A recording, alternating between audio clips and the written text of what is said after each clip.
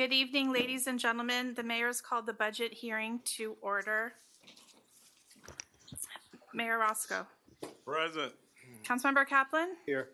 Councilmember London. Vice Mayor McCormick. Here. Councilmember Moss. Here. Councilmember Sardinius. Here. Councilmember Vasquez. Here. Mr. Mayor, we do have a quorum. All right, let's stand for the pledge. Vice Mayor, lead us.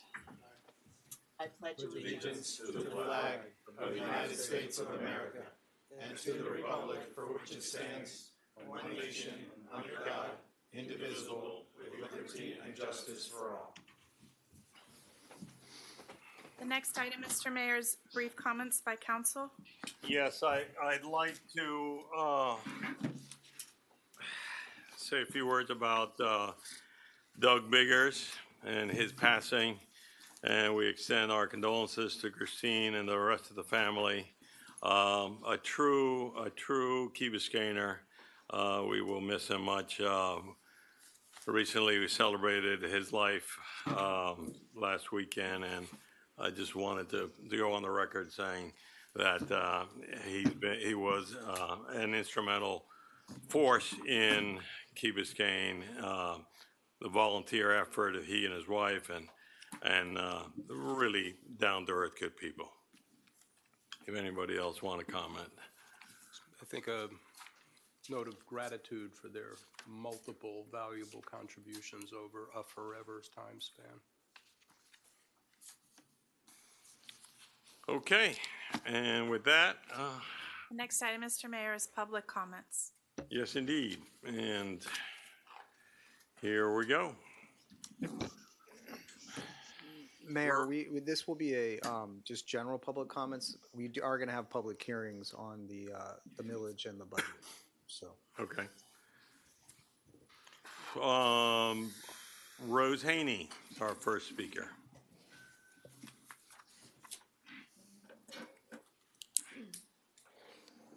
Thank you all for the opportunity to speak today. Rose Haney, 472 Glen Ridge Road. I've been living on the Key for a long time, and I looked at the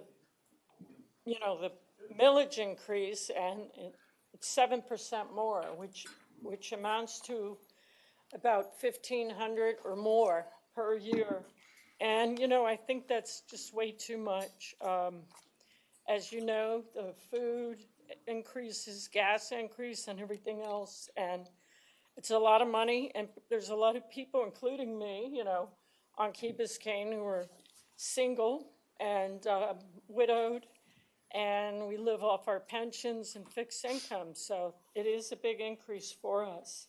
And the budget in 2022 was like 37 million, and now they want it to be 90 million. It's just way too much. I mean, I think the council needs to control the budget and try to do things more, have the government do things more efficiently. And in proposing the budget, I'd like to see something more educational where you can see what if there's no increase, what service level exactly would be affected? What are the performance indicators? I never see any of that in the budget. And then what if you only did it 2%? Then, how does it affect service level, and what are the performance indicators? Maybe I don't know enough about the budget, but I don't find it very useful. And then I don't ever hear about the efficiencies. What are they doing to improve efficiency in the government? So anyway, it's really all I have to say, and there's a lot of questionable things in the budget. But I know there's going to be more hearings to talk about the details, which I plan to attend. So thank you. Thank you. Next speaker is Charles Collins.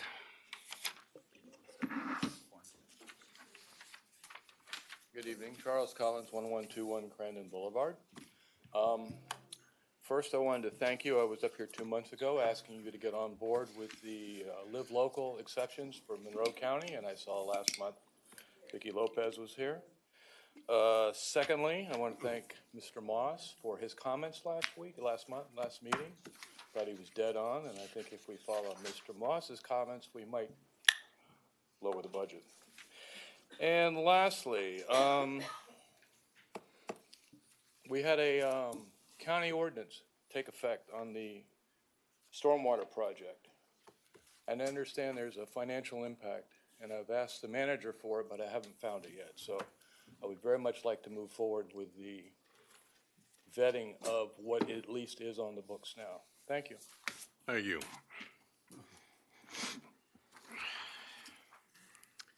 Next speaker, Joanne Young.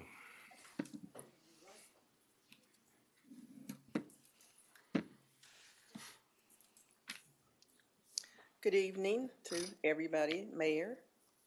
Hope you're better with your knee replacement. Thank you. Thank you. I'm Joanne Young, 600 Harbor Drive.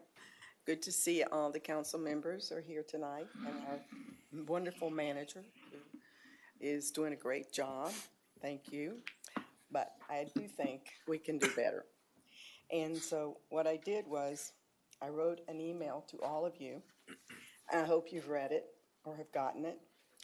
But I'm a widow, and I've been retired here on the Key for 9 years. My husband passed away 8 years ago, and I live in a house that I have to manage and keep up like everybody else.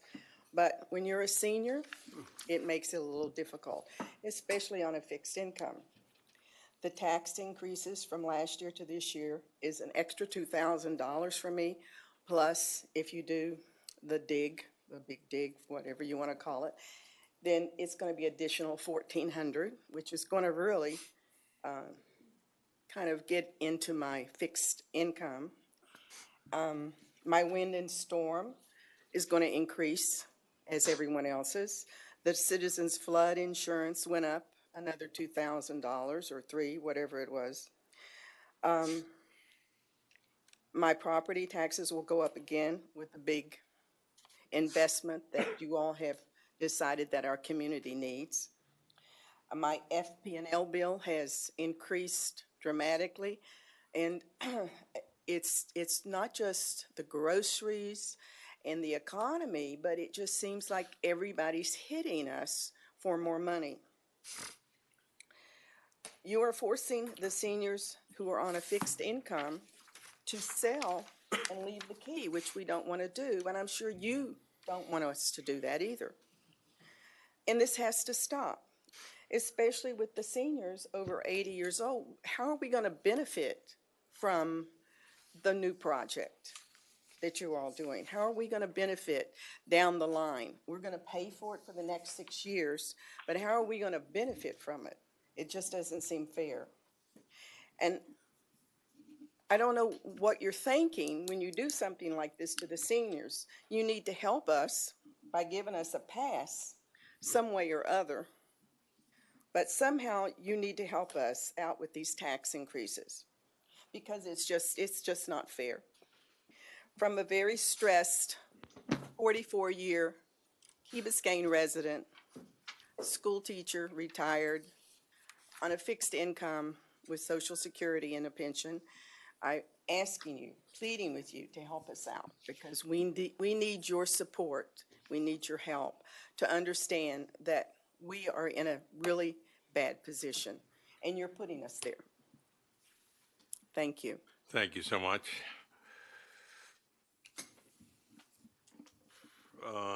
Next speaker, Luis de la Cruz. Luis de la Cruz, 640 Allendale Road, Key Biscayne, Florida. I don't need to tell you guys much more than I've been telling you. I've been sending you things, and I know you're all at least opening them because I can tell through my WhatsApp whenever you do. So I'm here to tell you again. We're on a runaway train that has no reason to be because our stormwater drainage system works perfectly fine. As a matter of fact, I was able to prove that the information that we were receiving from our administration was incorrect, and in fact, 27 out of the 39 wells in the village of Key Biscayne have not been cleaned, have not been maintained, who knows how long ago. Certainly not during the period of time that I asked for the documents, which I think included 2021, maybe not. So from 2021 or 22 to the present, 12 out of the 39 wells have been cleaned. And we have seen markedly improvement in our stormwater, even with just those 12. And none of them, by the way, no wells have been cleaned in 2024. So I don't know why we quit cleaning them, but we should start them up again. Please read the stuff that I send you. You know, I have an app, a WhatsApp that I've invited a lot of people on it. A lot of people are on there. A lot of people post things, and I think they're starting to understand what the situation is. I'm not sure that all of you understand what the situation is, which is what concerns me the most. And you know, and that's, that's very troubling because, you know, instead of doing due diligence, inspecting what we have, checking to make sure that our system works or doesn't work, and if it doesn't work, why is it not working? We went right ahead and asked somebody to design, you know, a brand new system. You know, our gravity wells could conceivably work for another 100 years, if you, unless they fall apart.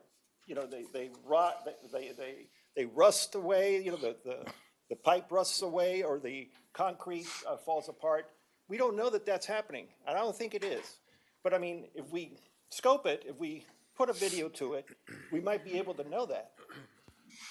And I just don't understand what the big hurry is. Why are we in such a hurry to spend all this money?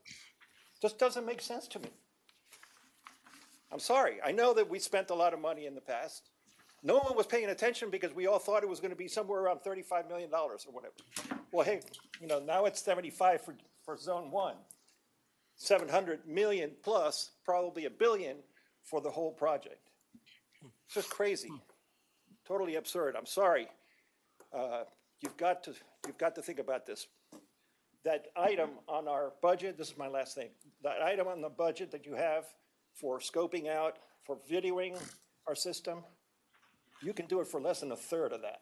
So I don't know who put that together, but I can tell you that you can do it for less than a third of that. You know, so, and if not, just ask me and I'll get it done. Thank you. Thank you.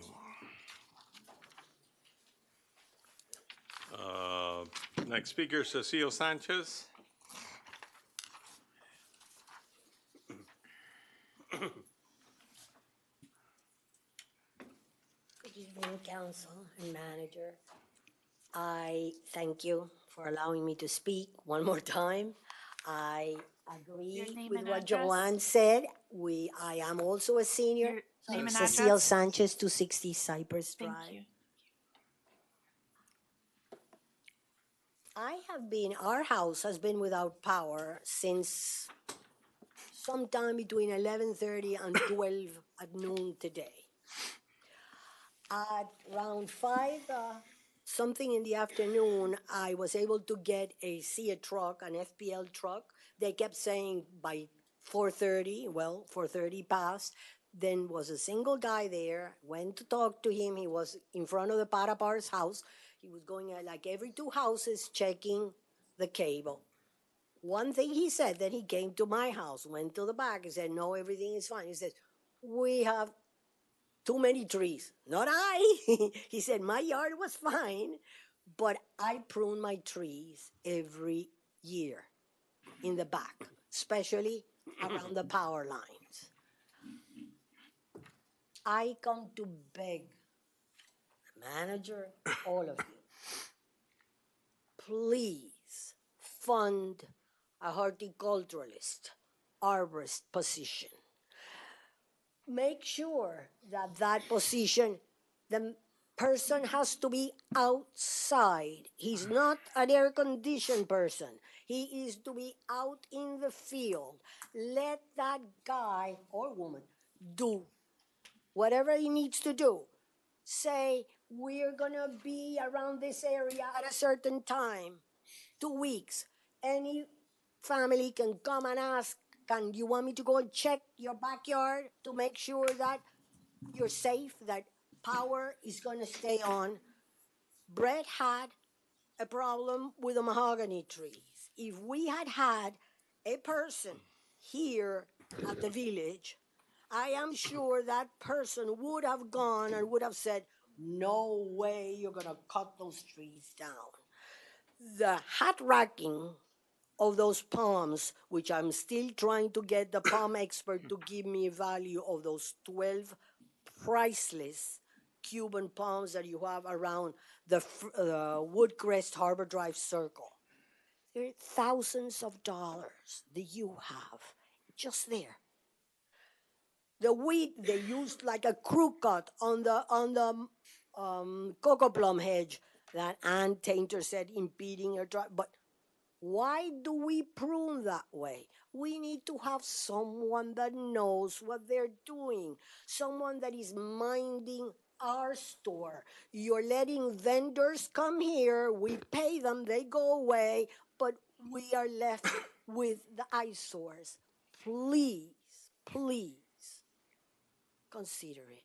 Thank you so much. Thank you so much. Next speaker, Josie Valdez Hurtado.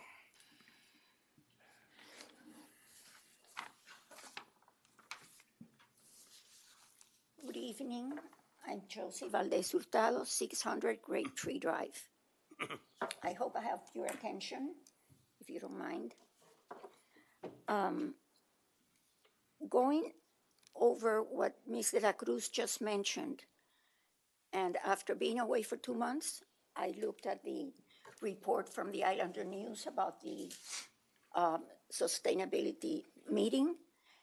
And among other things that I quoted in the Islander News this last week, I quoted an administrator saying that the wells, the 39 wells that are in Key Biscayne are maintained according to the available budget. And each one is $7,000 to maintain. So I look at the budget. I don't have it in front of me because I never got it on time. But I look at the budget and I see these numbers and I wonder, are we thinking about a $700 million project and we don't have $7,000 to maintain 39 wells that are there, that are working, and that are not functioning because they are not maintained and they're clogged? So honestly, I think we're being insulted by these numbers, the way the research is being done, and I want to share with you something that you might or might not know, but this is from credible sources, research well done, and numbers well documented. So I'm going to mention 2 or 3 of them.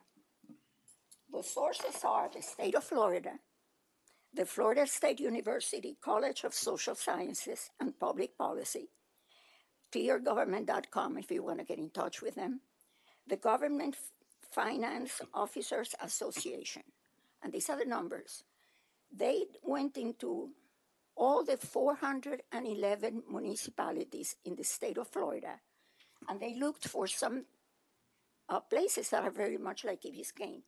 Because I keep listening to you talk about the millage compared to other places in the county, and that doesn't apply. We have to go to the places that are like us.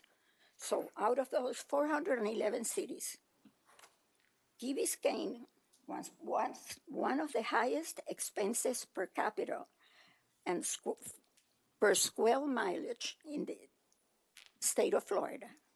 It ranks 11, which is the top 3% out of the 411 cities, with a capital square mile index, just like Key Biscayne. The other number is, when compared to municipalities that have between 10,000 and 20,000 residents, just like Key Biscayne, and 0.5 to 5 square miles, 0.5 to 5 square miles, we're only 1 to 0.2. Key Biscayne is the second largest total budget per capita and the first largest total budget per square miles from all of them.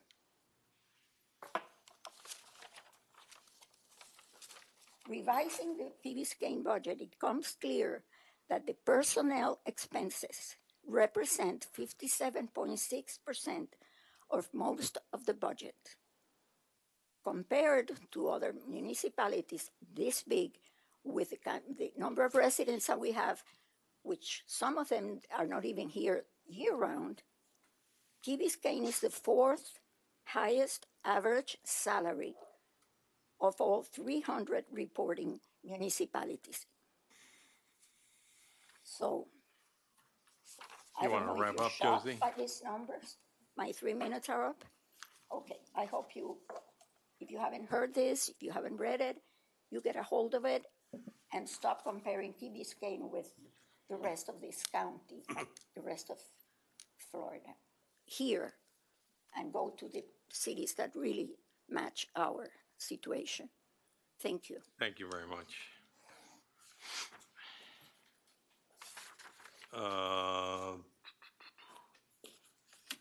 Isabel Steck?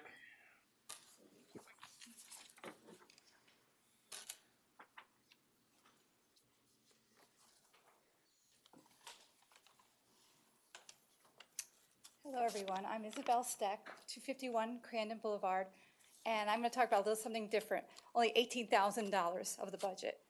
I represent the TNR program, and we usually get $18,000. And this budget, for some reason, only has zero.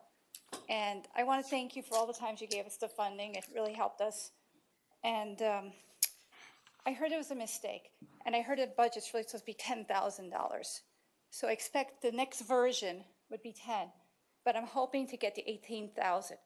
I sent you an email yesterday with all the cats I took care of. We have 53 cats go through the program. We had 31 neutering and 26 adoptions. Now you have to think that every cat can give birth 3 times a year, and that'd be a tremendous amount of cats on the streets of Key Biscayne. So just us taking like the 31 neutering, the adoptions, and between the fostering, I know for sure we took 39 cats off the streets. So I just hope you consider this and give us back a little bit of money. Thank you. Thank you so much. Mayor, I'm sorry, I just want a quick question on the Sure. cats. And I'll be very Sure. brief. I live in Ocean Lane by the Right. Commodore, and we have a lot of cats there. Are I you guys heard. looking at those? Because I don't They're know, neutered. you're naming that they're neuter, but just. You're talking about We have on a the big property? population of cats. You're talking about the property of Commodore, right? Yes, ma'am, But as yes. far as I know, they're I don't- neutered, yeah. and if anyone knows of any cats that need any help, you could contact us. I mean, our biggest problem is trying to find the cats, because they come out at night. My dog finds them really Oh. well. Well, I mean, feel free to call me, and Okay. I'll try to help you out. But I Okay. do know there's a bunch of cats there that are already neutered, so, but Okay. we're always looking for cats. And it's not like every month we have a certain amount of cats, it's just like all of a sudden you have a bunch of cats. So if you looked at the year-to-date numbers, it was like $5,000 when you did the budget. But now, I project about almost $17,000 by the end of the year. Okay, So, we'll keep that in mind. so please, yeah. I think it's an important service for the community that people don't really know about, but it really does help the community a lot. All right, Okay. thank you very much. Thank you very much. Okay, public comments are now closed. This is what I'd like to do. I'd like to get our millage resolution to be laid on the table, so we go directly to the ordinance, and so that we can have the budget discussed at length. And we'll have several presentations, and you'll have time to ask questions. May I read the millage resolution? I'm sorry. A resolution of the Village of Key Biscayne, Florida, adopting the proposed millage rate of the Village of Key Biscayne for the fiscal year commencing October 1st, 2024 through September 30th, 2025 pursuant to Florida Statute 200.065 trim bill, setting a date for a final public hearing to adopt the millage rate, providing for an effective date. Move to table. Second. On this one. First it has to go to the floor and then we table. Oh, okay. So, Move. I think Moss, Second. and all those in favor? Aye. Aye. I'll go ahead and move to table the ordinance. In a And I'll second? second that. Thank you. All those in favor? Aye. Motion carries. Okay, we'll discuss, we'll be focused on the ordinance. If anybody hasn't spoken on the budget, this is be their time to do so. I'm going to read the ordinance. Go An ahead. ordinance of the Village of Key Biscayne, Florida, adopting the budgets for the fiscal year commencing October 1st, 2024 through September 30th, 2025 pursuant to Section 200.065 Florida statutes, trim bill, and providing for an effective date. Move. Second. Moving second. Okay. So I think, Mayor, for the public, the mayor was opening up for comments. If anybody wanted to speak, we just heard comments, but just to clarify. Just in case somebody else didn't, okay. Public hearing is open. Seeing nobody come forward, public hearing is closed. Okay, on the budget, and let's go through some of the presentations and questions, and Mr. Manager, this isn't the $95 million budget, though. This is the 40-some million dollar budget? Yeah, we're recommending $40 million. Okay, thank you. Go right ahead. All right, good evening, Mayor, council members. It's an honor to be here today and to talk about what we recommend, what we propose to be our budget for next year to run the Village of Key Biscayne.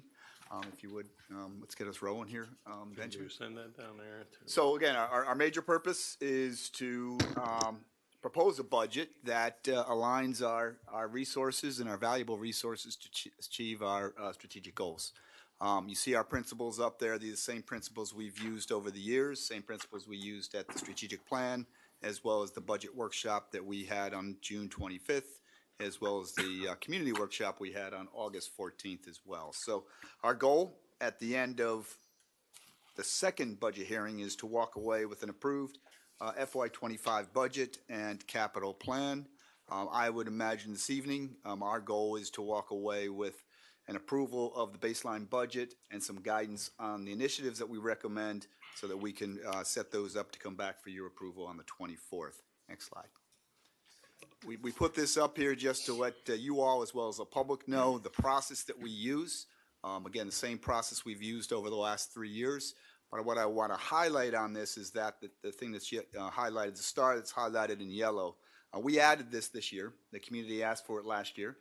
So we included a community budget workshop on August 14th. I think we had about 30 or some odd folks show up. So I think it was a good opportunity for those who were there to understand not only what we're proposing in the budget, but also to understand how we put the budget together. We certainly hope that even more people will come out next year. So next slide, please. This is our agenda this evening. I'm going to go through very briefly through the strategic overview because you guys have seen it many times, and I think the community have seen it many times. It's been our same goals and objectives for the last few years. I'll ask the CFO to go through our revenue projections all the way through to our operating budget. We will then ask to gain your approval on our baseline budget estimate, and then I'll have Colleen come up and brief the capital improvement plan, and then we will then have a discussion on the new initiatives, and then I have a recommended or proposed millage at the end, and we can have that conversation to see whether we want to accept it now or whether we want to refine it and move forward on the 24th.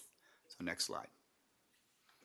This is obviously our structure of the village. Obviously with the village residents at the top, our main purpose for being here. Next slide. This is our vision, our mission, our goals. Again, this hasn't changed over the last 3 years. So again, this is something I want to make sure that every time we put a budget together, it is always based on these goals and this vision. Next slide, please.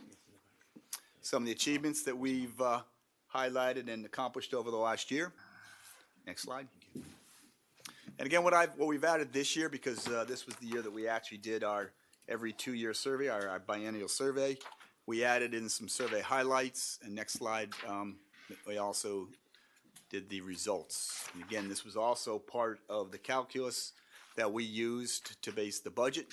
You know, obviously addressing things that are concern of the residents, traffic, biggest ones, street lighting, flooding. Those are usually the top concerns in the village. Next slide, please. We did what we do every year, our SWOT analysis. We look at our strengths, weaknesses, threats, and opportunities. Again, something we use to base the budget on. Next slide. And so after all that, after our strategic session with the administration in April, the one we held with the council in May, and then our workshop that we held in June for the budget. We identified these focus areas for the next fiscal year, and this is how we broke down and really focused our budget coming in for our recommendation for fiscal year FY25. And I'll just highlight a couple of them there. Community safety always comes first and foremost. Community programs and events, you see reducing flooding, power reliability, increased maintenance and repair, just a few of the 10 focus areas we are focusing this budget on this year. So next slide, please, Benjamin. So what I'll do is I'll hand it over to our CFO. He'll walk you through our revenue projections and our expenses. Good evening. So the big table there obviously shows our biggest revenue source, which is ad valorem or property taxes. When we had our initial budget workshop, the property appraiser had estimated on June 30th that it was a 7.2% increase. Obviously, we got good news a month later in the July numbers that we used for budgeting that the actual increase was 10.1%. That good news, and even though we're starting with revenues tonight, I want to be very clear, and Steve showed you the process of the budget. We actually started on the expenditure side, so we're almost agnostic to revenues. In fact, we start this process in March, April, and May when we don't even know what the property valuations are. So even though we're starting with the revenues, know that when we prepare the budget, it starts with expenditures.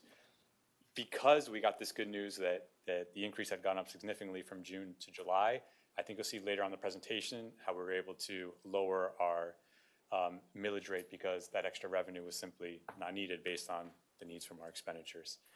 So here I put in context kind of where we were 2019 all the way to this fiscal year 25 budget.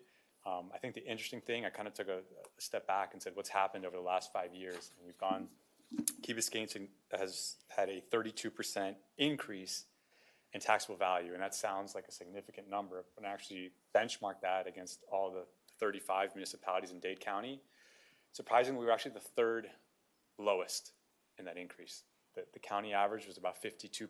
We had some cities in the 70s, 80s, et cetera. So I found it interesting to look at what happened in the State County area, where's Key Biscayne in relation to that, and we're actually on the lower end. So obviously we're sensitive to these increases. We know that even keeping a millage rate steady would mean more taxes because of valuation increases. But I thought it was important to point out where we landed on that, and also I'll get into later where our millage lands in comparison to some of the others in the county. Besides ad valorem, we obviously have other revenue sources. We get a share of sales tax revenue from the state. Additionally, charges for services for our great community center and parks and rec revenue. I think at this point in time in fiscal year 24 to 25, we're finally getting back to full where we were prior to the pandemic. We see that community center busy anecdotally, and also I see it in the numbers that people are coming back. And lastly, Benjamin, quick question, Sure. Just to clear up in the public's mind. If you received a potential tax bill already, right? Your trim bill, that what you're seeing is the worst case scenario, right? That's correct. So the trim bills were mailed out the last week of August, and the number for the Key Biscayne was the maximum millage that we set in that June meeting. I think every version of the recommendations today and the options are all going to be well below that number. So do not fear the final one, which you get in November based on the decision will be lower than that. Yeah.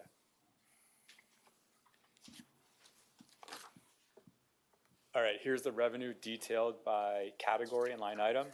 I will point out that this is our ad valorem taxes based on what's called our baseline budget. Our baseline budget is just considering operations with no transfers to the CIP program for new initiatives or no new operating new initiatives as well.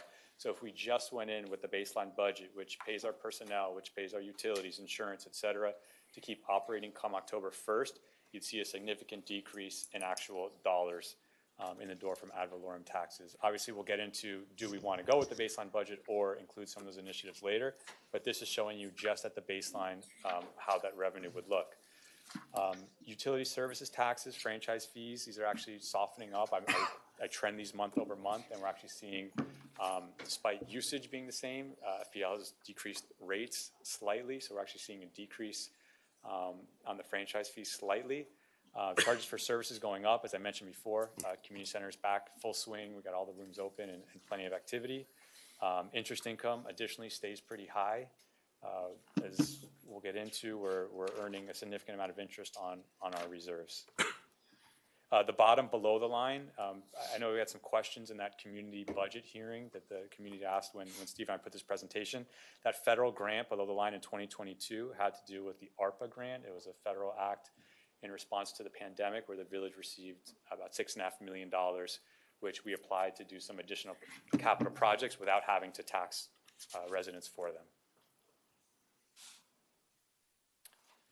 We really wanted to highlight the significant efforts in terms of requesting grants and getting reimbursed. I think you'll see in our capital plan, it is a big worksheet. It has many columns, and that's because we want to highlight how much of the dollars come from Key Biscayne taxpayers and how much we are pursuing outside revenue sources with grants.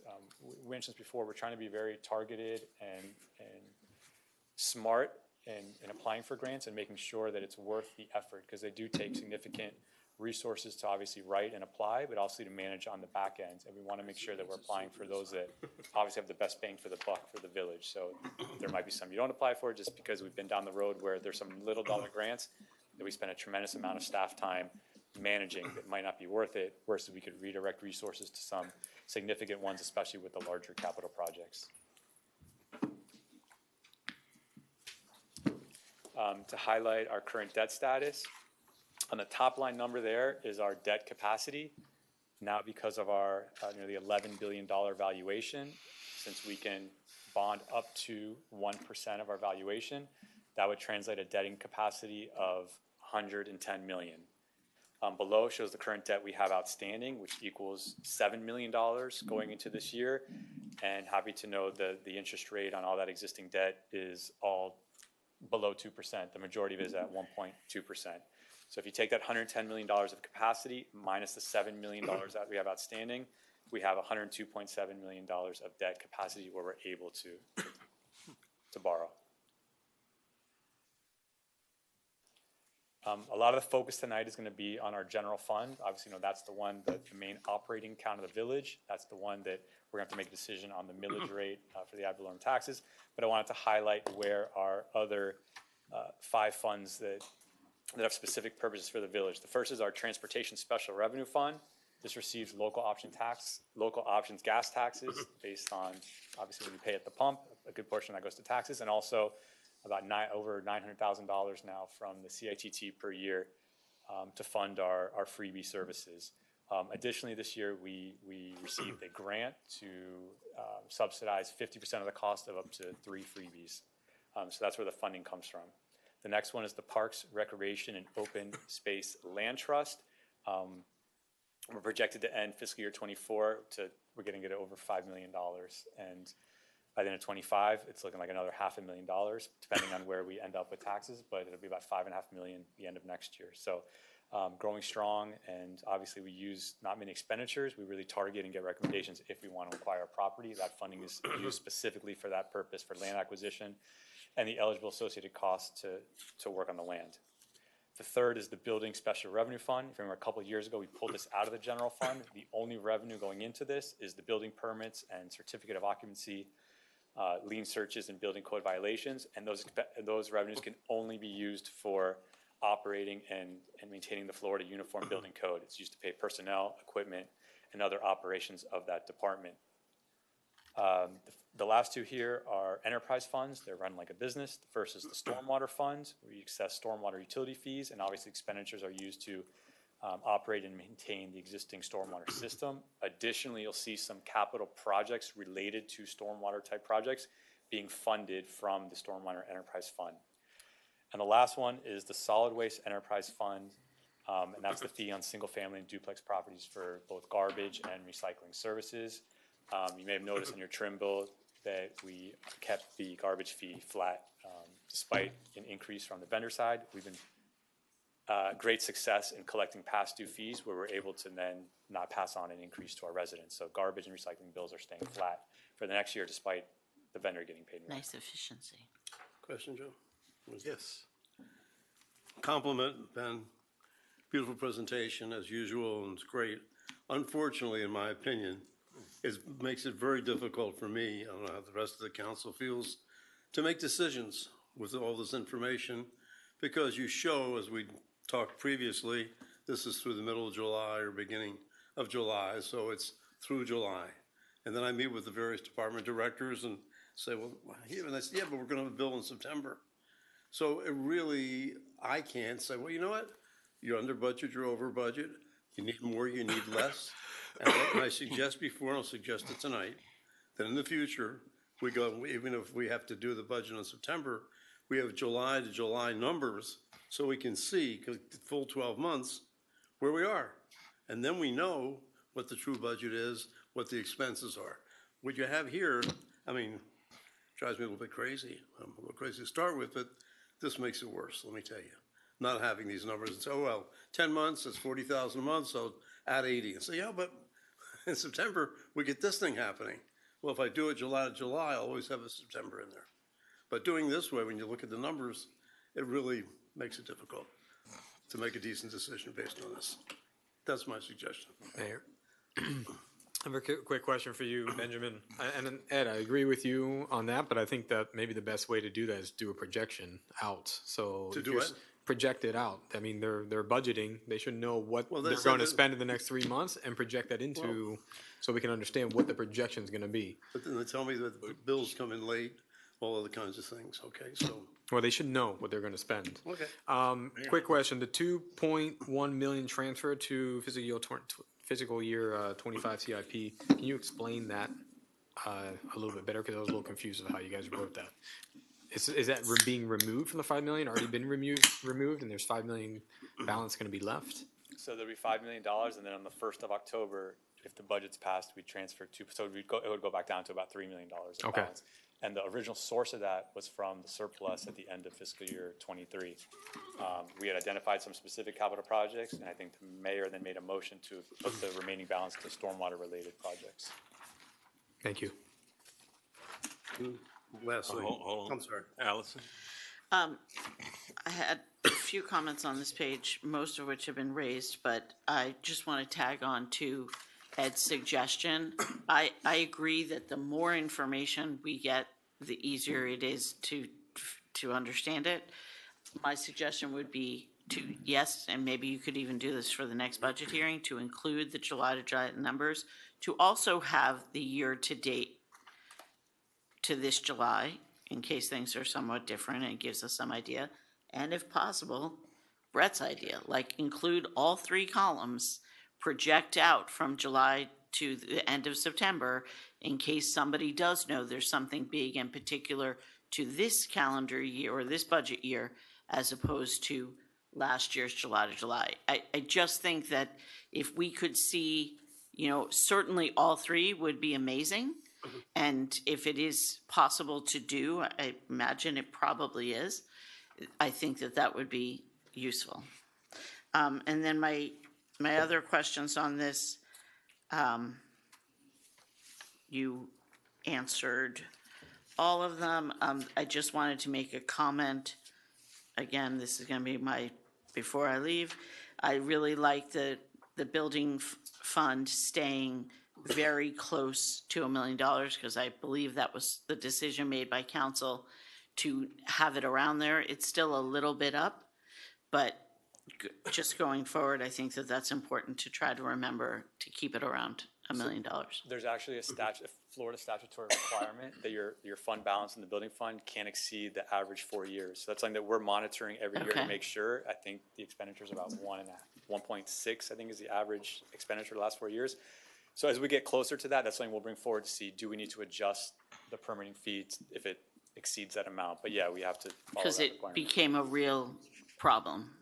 Of all the revenues, it probably fluctuates the most, just because it's based on permitting activity. So I think, we were expecting in the building department some of the 40-year research and now the 10-year certs after. If we see those start to come in, then that's something we could monitor and bring back to see if we need to adjust the fee, yeah. Thank you. And Vice Mayor, that's also one of the reasons that when Benjamin and I decided to take this out as an individual fund, it's better manage it, but at the same time, better visibility. Thank you. And then on the second answer, both your and Councilmember London's question about showing up to date and what's to be expected. In our internal system, we do. Ceci, what did you do? We need an arborist. We use what's called encumbrances in our internal system. So as we sign a contract, it puts a reserve on that expenditure. So even if we haven't been invoiced by the vendor, we know it's already contractually reserved, so no one else can use that money. So I think maybe we'll show exactly how much is in there to show, yes, we expect them to be invoiced in September, October, sometimes even as late as December, which surprises me. Sometimes vendors don't invoice on time, but we reserve it based on the contract that we sign. Yeah, I think that would be very helpful. I think especially when it comes down to the second budget hearing and we start talking about, carryover funds and amounts, it really is helpful to have that visibility. Yeah? Okay. Joe? Last question, Benjamin. What do you estimate the surplus to be from, assuming you had the September numbers? So I know we finished last year on the expenditure side. We underspent by 5%. Now, how much you expect, 2 million? What do you expect this year, ending in September? How many million? I mean, I'll say 3 million? under 3. I'll go under 3. million. So my next question is, are you considering reducing the budget by 3 million since we have that, or are you gonna just put it into a reserve fund somewhere? So what we do every year is when that number's final after the audit, we'll bring that to the council to say, what would you like to do with it, right? We have options. We can. Right now, I'm talking about you setting a millage. Well, the millage is based on the amount of money, so for us to make a decision, we have to know what you're gonna do with that 3 million bucks. So this budget's not based on using that surplus to subsidize this. No, we're gonna aren't we going to set a millage? Correct. Which is how much money we're gonna raise. Obviously, if you got 3 million we have not to raise, we can lower the millage. If not, we'll just have more money in the bank. So my question is, what is your plan regarding that for our millage? So we can set the millage appropriately. So the plan in this presentation is to not to use that to set the millage. Not to use the 3 million. Okay, Correct. thank you. That was my question.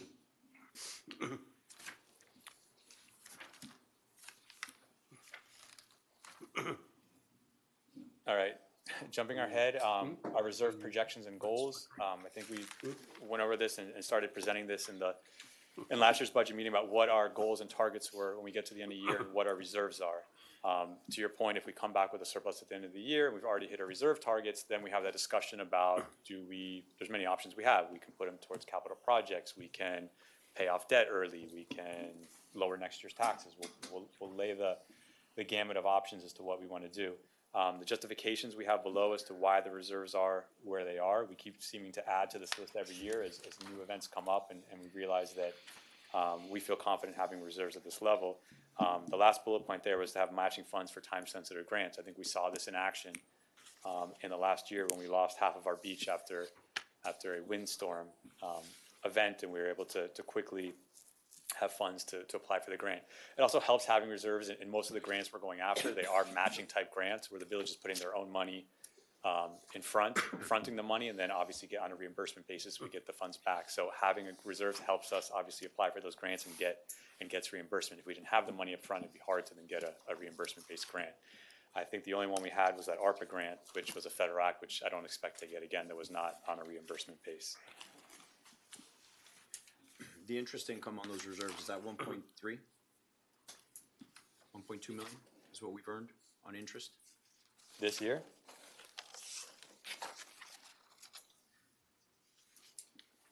So actuals through July, about 2.5 million. I'm projecting about 3 million by the end of the year.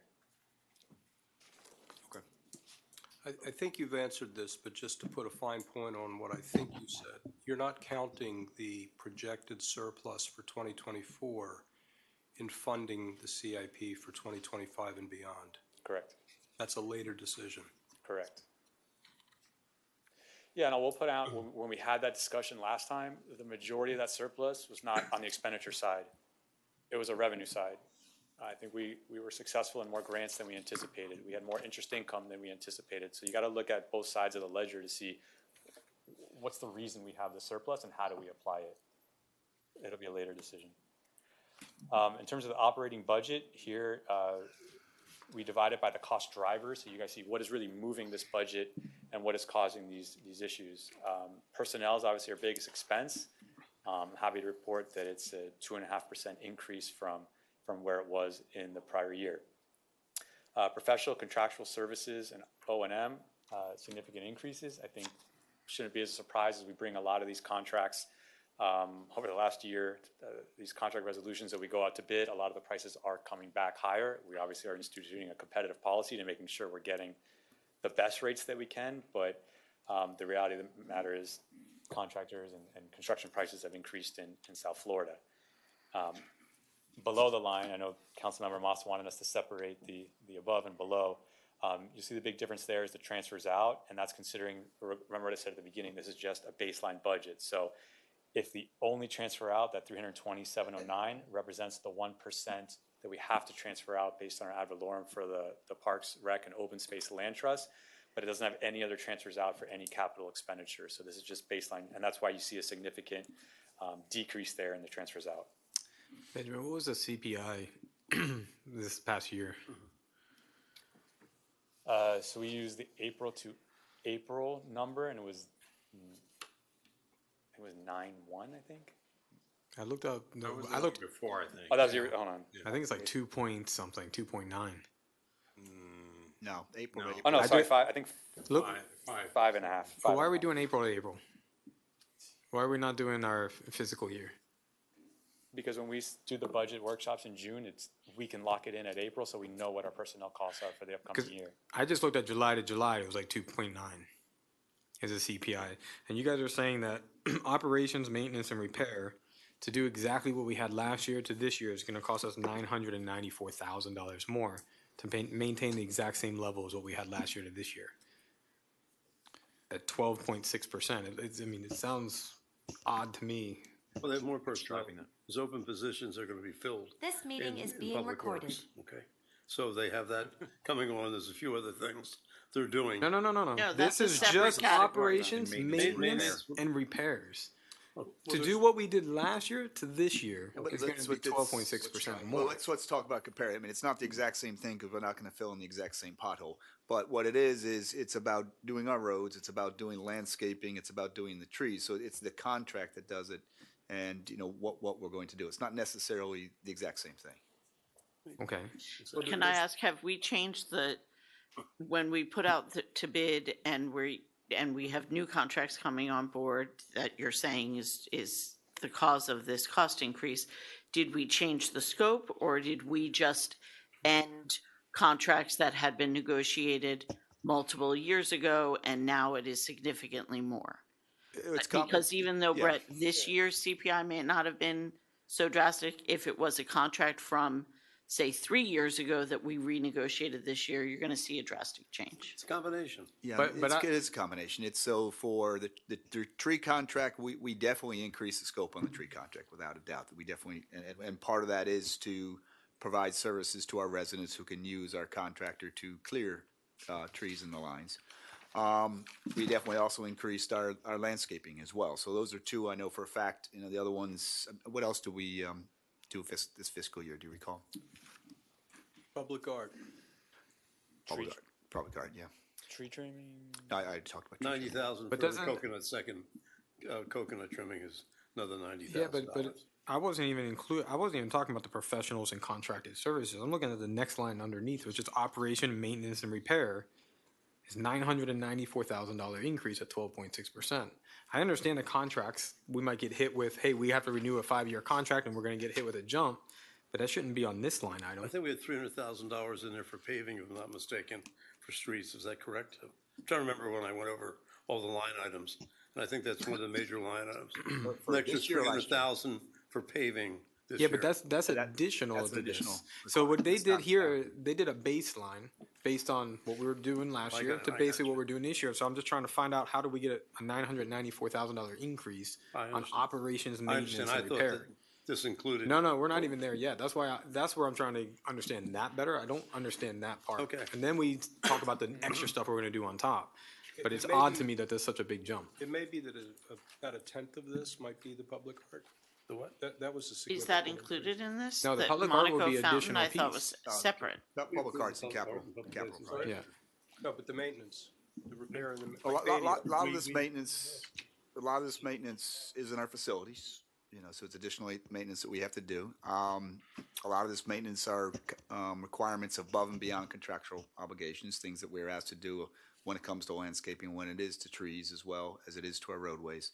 So we do have a baseline budget, which is or baseline contract, which is counted in contractual services, and those things above and beyond we do in contract is which is counted in the third category.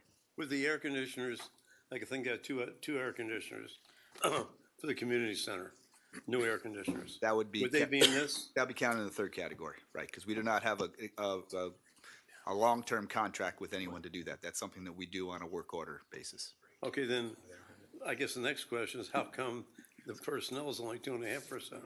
That seems too low. We'll let the CFO address that one. Yeah, so it's a good question. We did have some one-time, specifically in the fire department, we had some one-time costs for succession planning that we had last year that we didn't carry into this year, Okay. but we had backfilled positions, so there was, Fine. so even though, and sorry, I got the COLA number now, April to April was 4.5% for South Florida. Yeah. The June to June was 3.5%. We're waiting on, the August number should come out tomorrow. So probably next year we have a lower cost of living adjustment number. Can you send us, I'm guessing you have this 24, 25 base budget. You guys have a line item that we can see like where the big jump was? Because maybe something in there that makes sense, It just looks strange. A lot of It's facility It's related. actually in the back of your book.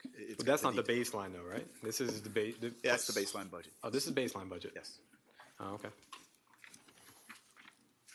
Is it COLA? That's basically it? For the personnel portion, for the this is the operations, maintenance, and repairs, I know the facilities. There's a significant effort for this village hall. I know we just painted the exterior of the fire department. Community center with obviously increased membership and people using it. With that becomes increased maintenance and repair items as well. So all that would fall into that OM&R. But Councilmember London was asking about the air conditioning and in the community center. Those air handlers were listed somewhere else, right? Or are they here? No, they're here. They're here, okay. Well, I mean, there's two, I think this is the budget. Yeah. For next year versus we have an issue with air conditioners right now, but Yeah. those are the type of things that would be in that category, yes. And this, operation, maintenance, and repair, right? Excuse me? And the operation, maintenance, and repair, Yes. that's what I'm saying. Yes. So I'm answering Yes. Brett's question, wire go up 900,000. I think you said this, but the painting of the village, this facility, that's maintenance. Yes. That's in there too. Yeah, basically everything that doesn't fit into the top two categories, with not personnel, not contractually obligated, went into OM&R. So all the other expenses the village incurs.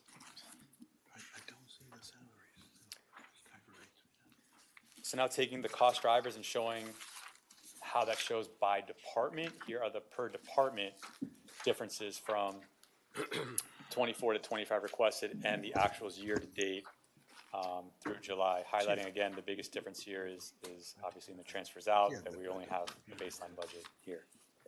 Can I ask you a brief question? I see some increases and decreases. What caught my attention in here was the 21.86% on the clerks section. Why is that? Yeah, no, there's a big jump in her department. Legal ordinance fees. I know we brought a lot of contracts that required specific advertisement requirements, and we had overspent her line item in terms of that.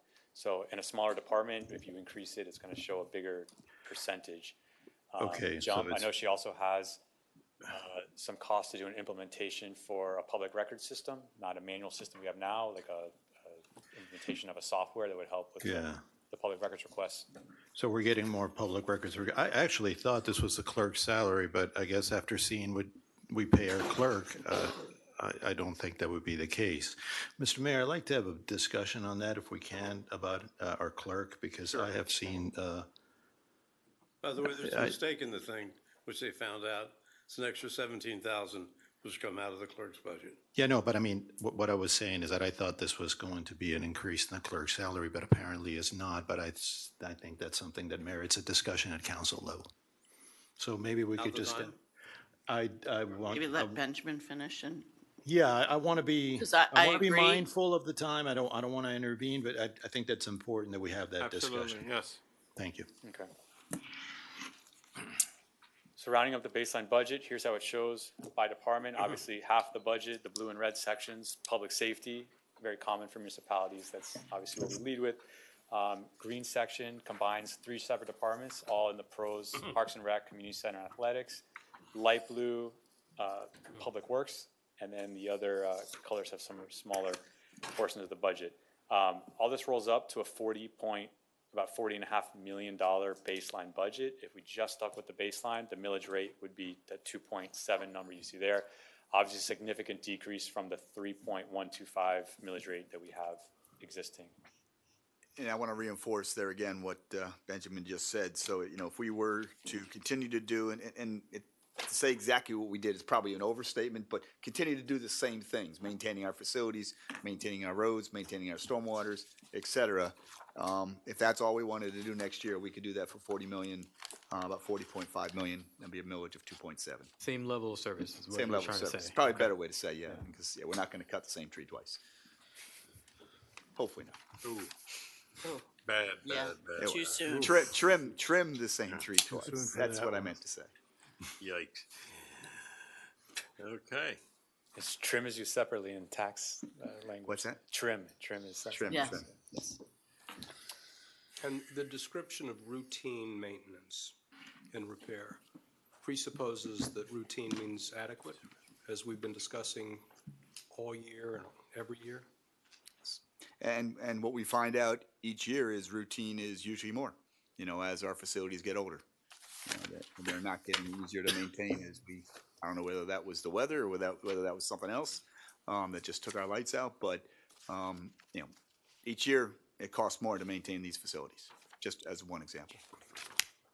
All right, are you almost finished? Yeah.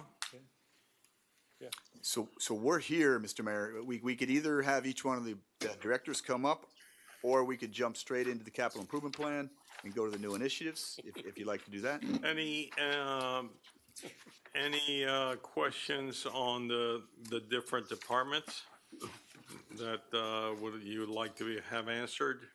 Go back to police. Good presentation, Benjamin. Just want to see if they want to. Give them an opportunity if they want to.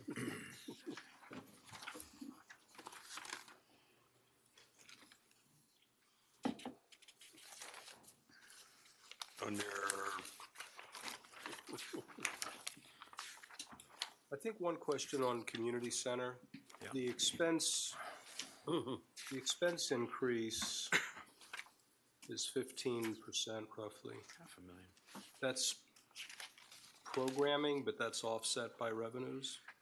So about half of that increase is based on, yes, increased revenues, which we then pay the vendor for the service, correct? The other portion is probably a lot of maintenance and repair on the building. That, I think we recognized, was perhaps a little too deferred in years past.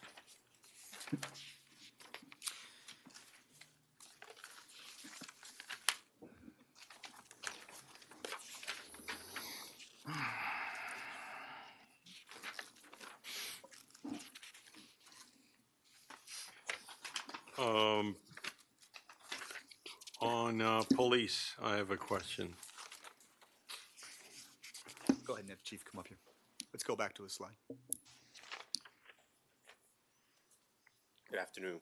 Hi. Good evening, Mayor and Council. Talk about this CAD and RMS software. It's a big percentage. So our existing records management system is antiquated. It was the system that the majority of the municipalities in Dade County were utilizing.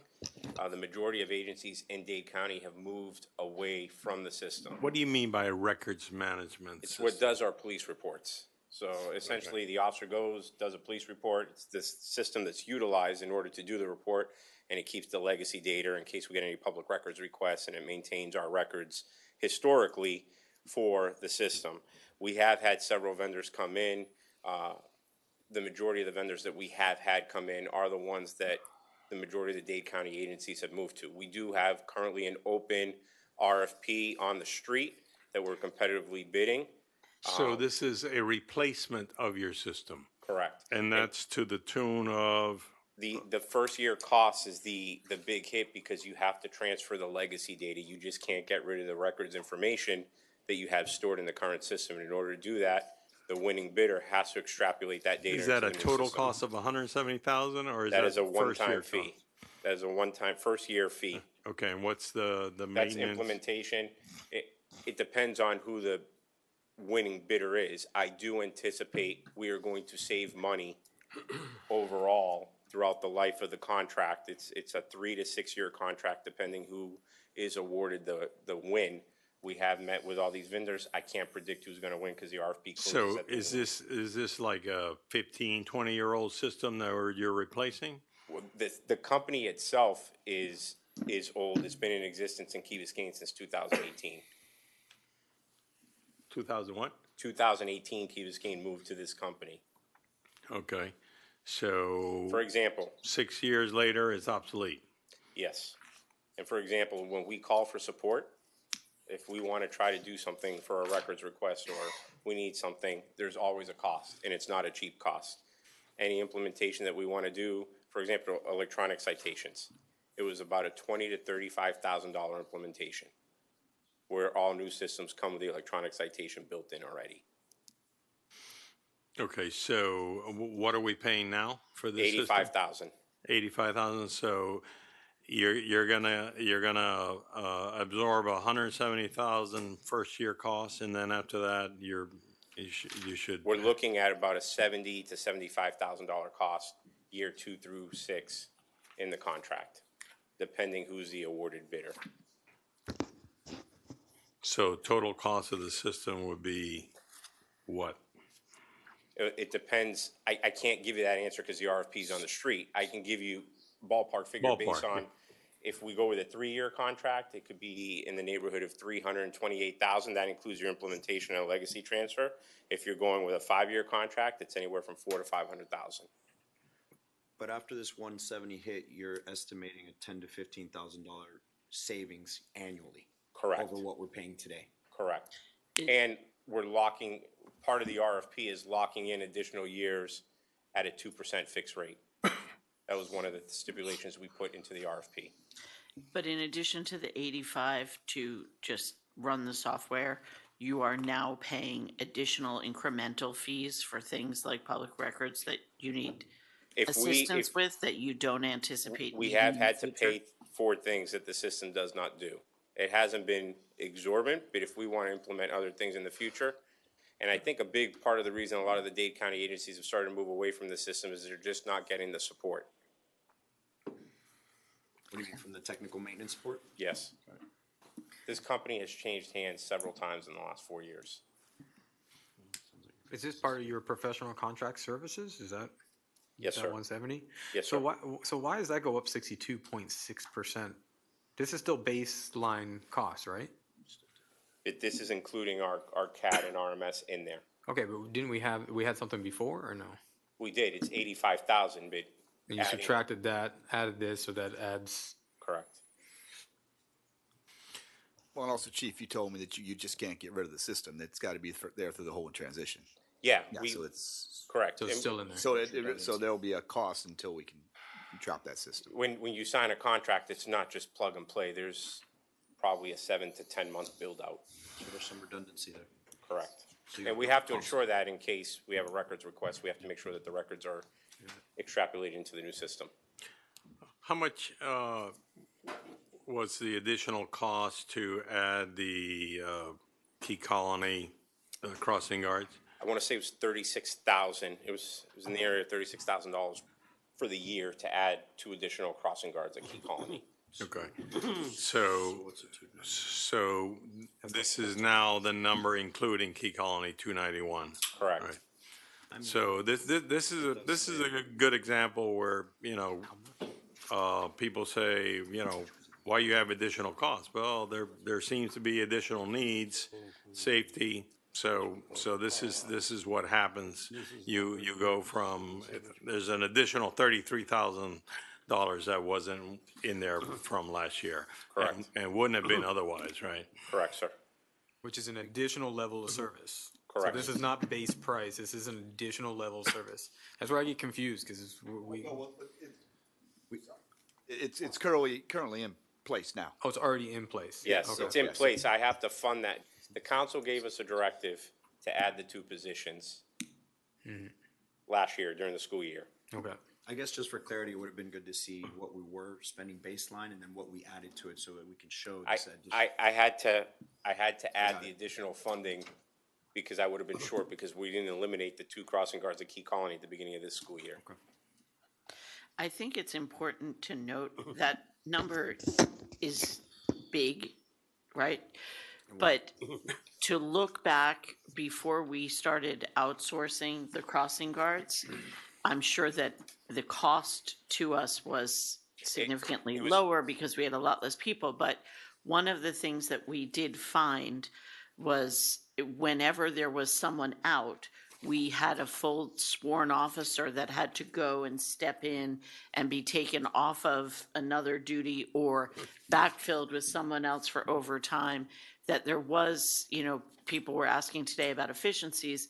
Switching to this company was definitely a shift to efficiencies in terms of the crossing guard system we had.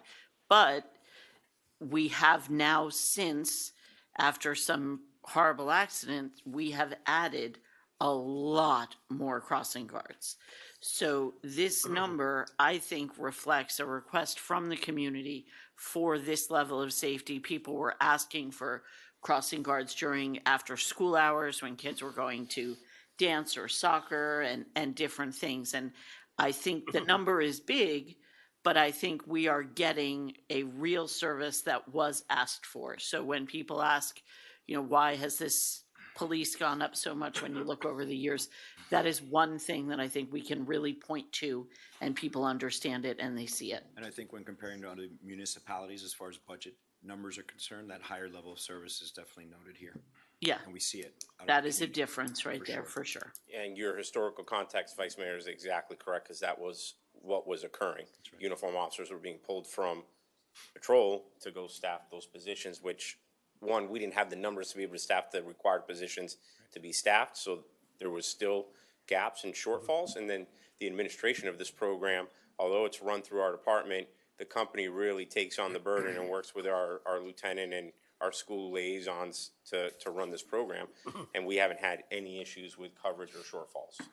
Well, and additionally, I will say, I think that what we get out of them, as opposed to someone who's coming in to sub for a couple of hours and hasn't been standing on that corner the whole year, these people become really specialized in their post. Yes, ma'am. And they do a good job. Certainly true. Is the school resource officer function similar to this conversation? So it's not similar to this conversation. So when I arrived in the village, coming on my 3rd year now, we do have a school resource officer assigned to our private schools, and their duties are split percentage-wise between the private schools, and we do have an officer assigned to the K-8. So a lot of that is, if I can interrupt, is a state statute, right? We are now required to pay that out of our pocket to take care of. There is a state statute for the public schools. It's not specifically defined for the private schools. This is something that I will tell you that I feel strongly about. I realize it takes 2 resources off of our street. But this is a result of Parkland, right? It is a result of Parkland. Parkland isn't going away, folks. I mean, we just had it last week. Absolutely. And I understand that everyone wants to sit here and say that it can't happen here. I went to Parkland and I saw the horror there. I don't ever want to be standing here as a police chief saying, why didn't I have a cop in that school? We have officers that are highly skilled. I don't have to say this, I know you know this, Vice Mayor, the relationships that our school resource officers have with our young adults and young children in this community is paramount. And it's to me, it's one of the most important things that we do as public officials and that you do as elected officials. I understand there's a cost to that, and that's something that we can discuss. Frank, when you say the state statute, is that the public school system has to have a policeman there? Or Key Biscayne has to have a policeman there? Public school system. So we're not required to have anybody there? Well, It's Miami-Dade School Police does have an officer. The issue we have, though, as I explained to you earlier this morning, the officer is often pulled many times because they have a severe staffing issue. And that officer has built an excellent relationship with our children here also. So then we have, I think we have 2 school resource officers, then you have a village resource officer. Then you have a sergeant who's in charge of those resource officers. Why don't you tell everybody what the Councilmember London, village to be fair, resource let's paint the officer clear does? picture of what the sergeant's in charge of. The sergeant's not just in charge of those He 3 also officers. He's also in detectives. charge of our detectives. He's in charge of the VRO. He's in charge of the 2 school resource officers. There is administration and supervision required, and it's industry standard in law enforcement. I feel strongly about the detectives, as I mentioned that to you earlier today. I think we've gone through a very sensitive issue in this village in the last year. We are not a small village anymore. This is a village that has small city problems, and we encounter crime here. And I realize that not everyone may read the police blotter, not everyone may be aware of what goes on here, but we are making arrests. Our arrests have gone up every single year since I've been here. Our case clearance rate is exceptional compared to our partners throughout the county, and we are clearing crime. And if you don't think that we're clearing crime, we've taken 4 guns off the street here in the last 6-7 weeks. We are not immune to this, and I would hate to see something happen because we're trying to decide whether or not something's needed or not. It is absolutely needed. One of those traffic stops, a guy had a gun right under his leg, not in a holster. It takes a split second for something to happen. I Fully think- concur. I think to mention There's no a conversation that we had not long ago, that it's not just crime, but also personal and mental health interventions that are, I guess, happening here a lot. Yeah, we do, mental health is a concern anywhere, you know, and it's a concern here also. And we do, although we were able to drive down a lot of our mental health calls from one year to the other, I don't have the total numbers for this year yet, it still is a concern, and we do respond to a large number of mental health calls. What does the village resource officer do? The village resource officer right now is acting in support of our school resource officer. What do they normally do? Normally, they engage, they do our community meetings that we've been asked to do. They've been tasked with engaging the businesses. They've updated our We Care program. They've met with the business owners and setting up liaisons and relationships when we have issues. They coordinate our public safety days, our public safety open houses. DARE program? Any special DARE program, any program that we're doing that we need assistance with, that one person is picking up the bare work for it. But realize that we have a VRO. I haven't been able to fully successfully use that because we have staffing issues and we have real life human issues. I have 2 officers that have been out on injury for a significant amount of time. I have 3 officers on paternity leave. So we're operating bare minimum. But we are fully staffed. Go ahead, Allison. I just wanted for Councilmember London just to give a little historical perspective on the state statute about the school resource officer. After Parkland, it came down as an unfunded mandate that municipalities had to provide it because there wasn't, they needed to be there, but there wasn't any money put to hire more school resource officers. In the years since, so we did, and we put one at the K-8 and another because of a decision of our community that we wanted to keep all of our children safe regardless of what school they were in. We had a second that covered St. Agnes, St. Christopher's, the Presbyterian, and the Community Church Day School. So This meeting is being recorded. since that time, the school district police have added one to the K-8. For a while, it was shared with MAST. I don't know if that's still the case. It's not the case. Mass is in dire need of another officer. I'll tell you that right now. But they have one there. Our officer does go on certain days to assist. With all the issues we've had going on with Mass, Miami-Dade Police have stepped up.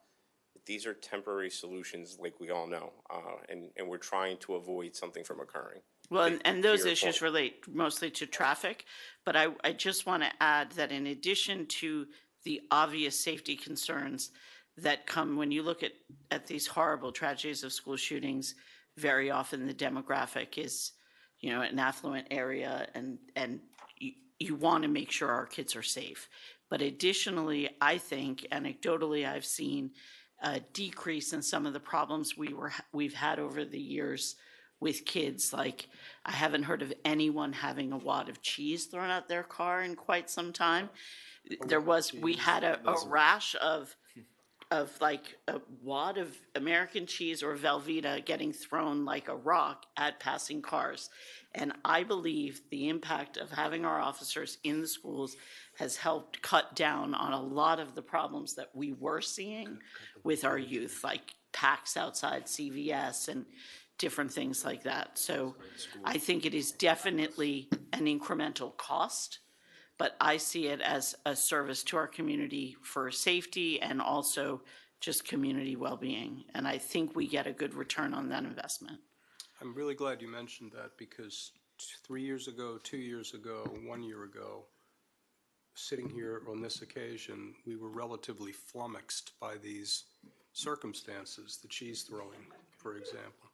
And as you say, I think that noticeably this is abated to the point where we don't see this anymore. Guess the price of cheese went up. It's because the frequent victim is in France. Any other questions for me, sir? Good, Thank you. So confused. Well, Frank, I do. Do you discuss with everybody that you want to hire 2 more people? Yes, sir. And you tell everybody what they're for? So, as I would hope, we've had this discussion before, that upon coming here, I created with staff together, we created and distributed an annual report. And that was a result of something that Council Member Moss had asked for when I first got hired. When I first came to the village, there were 2 positions that were added to the budget. And one of the directions was, how are we going to measure the success of this? How are we going to see this? I went to staff and we created this annual report, and we've done it every year since I've been here. And that report shows the information of what we're doing: traffic stops, arrests, tickets, park checks, civil citations, motorized scooter enforcement, the issues that we have had come forward towards us. I really believe we're at a point where our detectives, especially, we have 2. We are in dire need of a 3rd. We are faced with many open cases, and it's not uncommon for a detective one day to come in, spend an hour on one major case, then transition to another one, go retrieve video, end up with an arrest. And when you're putting that much juggling on one person, you don't want to have any errors occur. Let me ask you a question, Chief. You have a backlog, I guess, of cases. Yes, sir. That supports, in your opinion, an additional detective. What's your projection? I mean, are we supposed to get better? Yeah, that's the intent. The intent is to clear the backlog and get better. When we were fully staffed prior to the injuries and maternity leave, I did take our VRO because our detectives were so backlogged, and we transferred our VRO there, and we had tremendous amount of progress, but with staffing issues, we had to move that position away. So we're starting to see that backlog increase. I'm happy to report, knock on wood, this year, we've seen a significant reduction thus far in motor vehicle thefts. So that's a step in the right direction compared to the first 2 years that I was here. But one of those positions obviously want to put towards that investigative aspect. Our calls for service have increased every year since I've been here. Our tickets, and I know I've spoken to some of you in the last 7 to 8 weeks, our tickets have exploded, and you're going to see a much higher number than what we had last year. And that's something I've consistently heard from the dais: more enforcement, more enforcement. Golf cart violations, we had the motorized bike and electric scooter ban, but as a result of that, we saw a lot more of our youth trying to drive golf carts, and we've done a large number of civil citations. Chief, what's your calls for service number right now? I'd have to look that up. I can tell you that our case numbers, so there's incident types and then there's case numbers that we actually write reports. If you look at our incident types, I think that's the number that we have to focus on, and it went up, I want to say last year, 4%. I don't have that offhand right now. What is it? It was in the 41,000. thousands? 41,000? 41,000 events in that area last year. We get called on a number of occasions to check Beach Park. We got to go to the beach, Mashta Island, speeding overnight. There's a large amount of requests that are made, and all those take resources when we do it. So we do take signals for those. Our case, I checked a month ago, our case numbers are trending upward this year also, and our arrests are trending upward again. So for those reasons, I really believe that we need to add, because we're taxing our force. The manager and I have worked with the state to recoup some funding because of the assistance that we provide to build bags. It's an issue that we have because the park is in our jurisdiction at the end of it. And we know that they get a large amount of visitors on the weekend, so our officers are there having to assist for our residents to be able to get in and out of their homes. But we were able to secure $45,000 from the state to help offset some of those expenses for us. So we are looking for potential ways to offset costs because we do understand the expense that it is to the taxpayer. Obviously, the other officer that we discussed, which I am completely against, and that is to give to the federal, what I call task force, crime force, and then if they get forfeitures, we get percentage of the money. So we're basically in the police business of farming out a policeman, and hopefully we get a good return. And I don't think So just to address, Councilmember, yeah, it is something that I have spoken to the manager about assigning an officer to a forfeiture task force position, whether it be through HIDA, DEA, FBI, JTTF. There's several different task force. There is a benefit to the citizen of Key Biscayne. We talk about relationships here all the time, and having an officer serve on that obviously enhances our collaboration with other agencies and our federal partners. But more importantly, we bought bulletproof vests for this entire police department last year with federal forfeiture money. And that's money that taxpayers didn't have to pay for. There is an expense. And when the only way to fill the coffers of that account are participating in federal forfeiture programs. And the statute is very specific on what you can spend the money on. And there is more potentials as you build the federal forfeiture budget line item to offset some of the other expenses. I'm not going to sit here and say it's going to happen overnight, but there is the potential for that. We have had officers in this jurisdiction and in this police department in the past participate in these task forces, but they were pulled because of staffing issues. But there is a collaboration benefit to it and a financial benefit.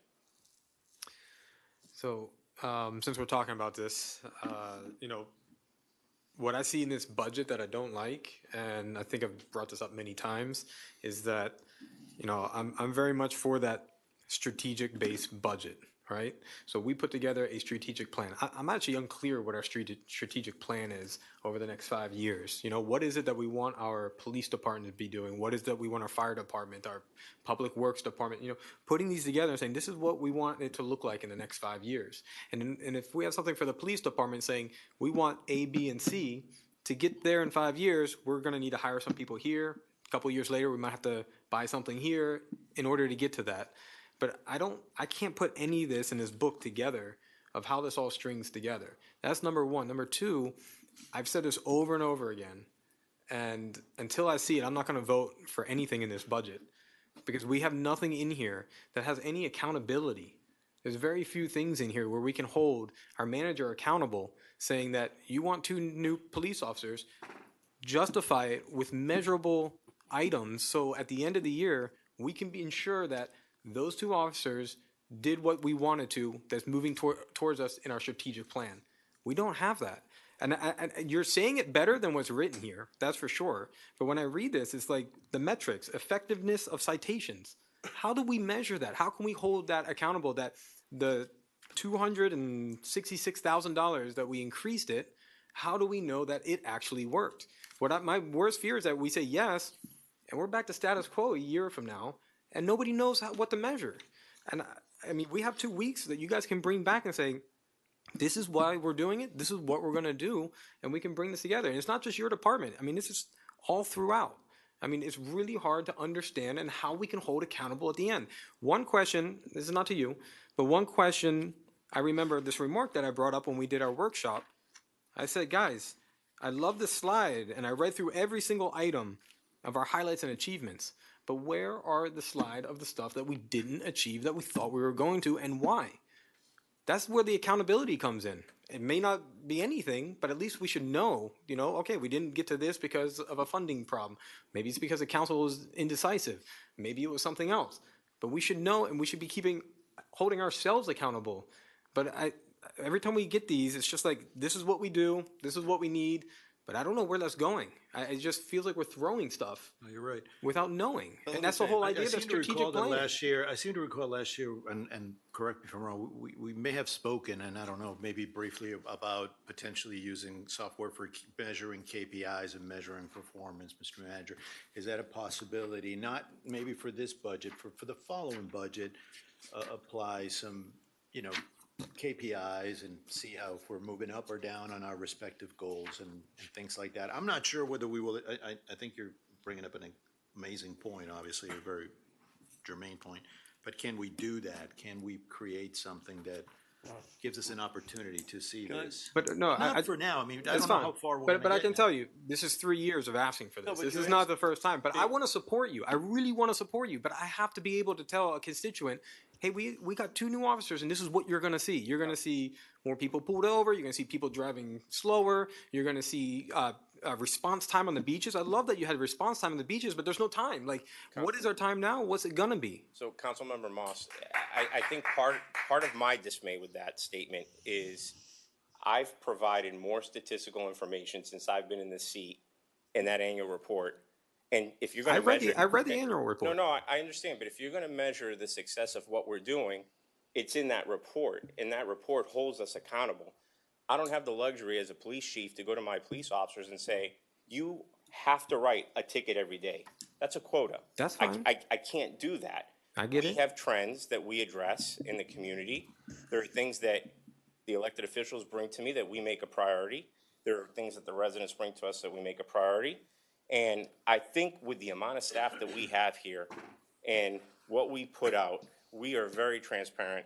A public record request is made, it's filled almost immediately. People know what we're doing. You ask for presence, we put presence. But we have to put the reality factor into it also. And that reality factor is that we are humans that do this job and life happens.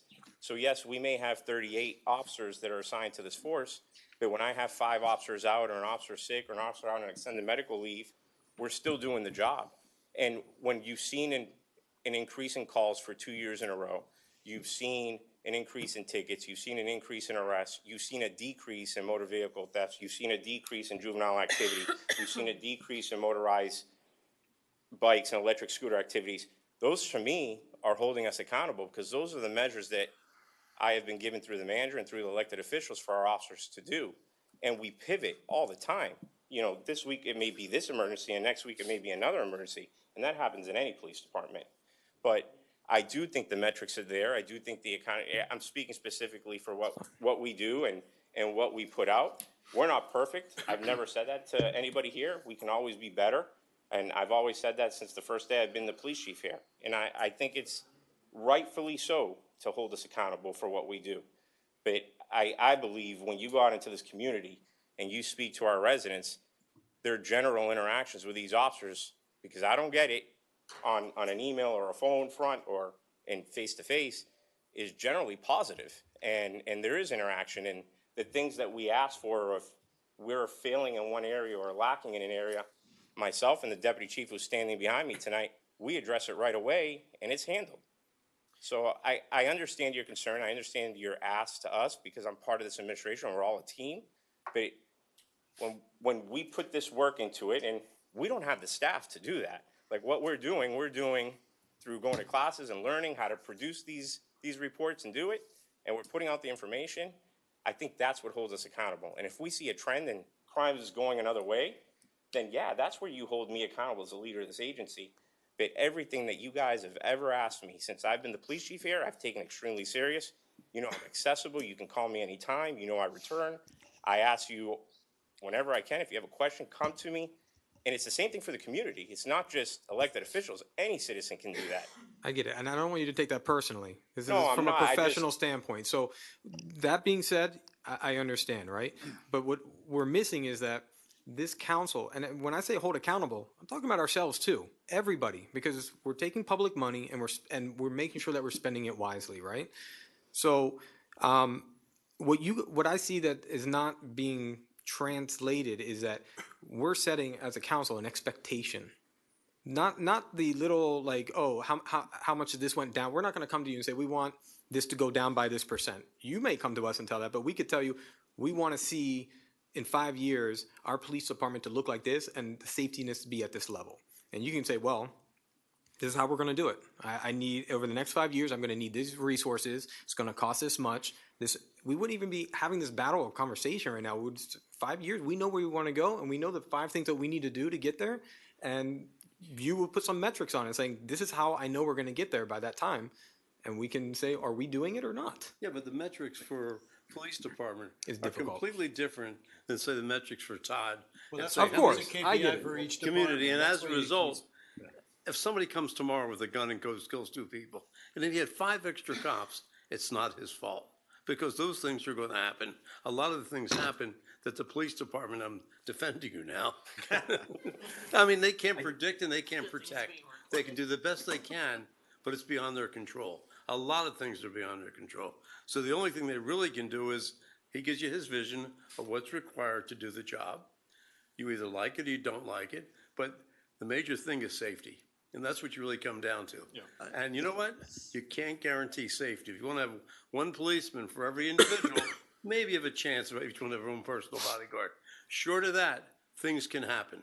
And But there's not a damn thing I you think can what's do. being, if I may, I think what I'm hearing is, obviously, the individual, the report is very thorough, and it's not necessarily a reflection on your department. I don't see that. I see that more as requesting a map of accountability of how we progress through time, whether we've done well or not, whether we're moving in the right direction or not, a compass, something that we can see that we're moving in that direction. I think that's more of a, holistic administration component. Each department has their respective needs, their respective goals and measures. And I think that's having some, if I understood you well, I think having a map and provides us with a perspective of how we perform 5 years ago and how we're performing today.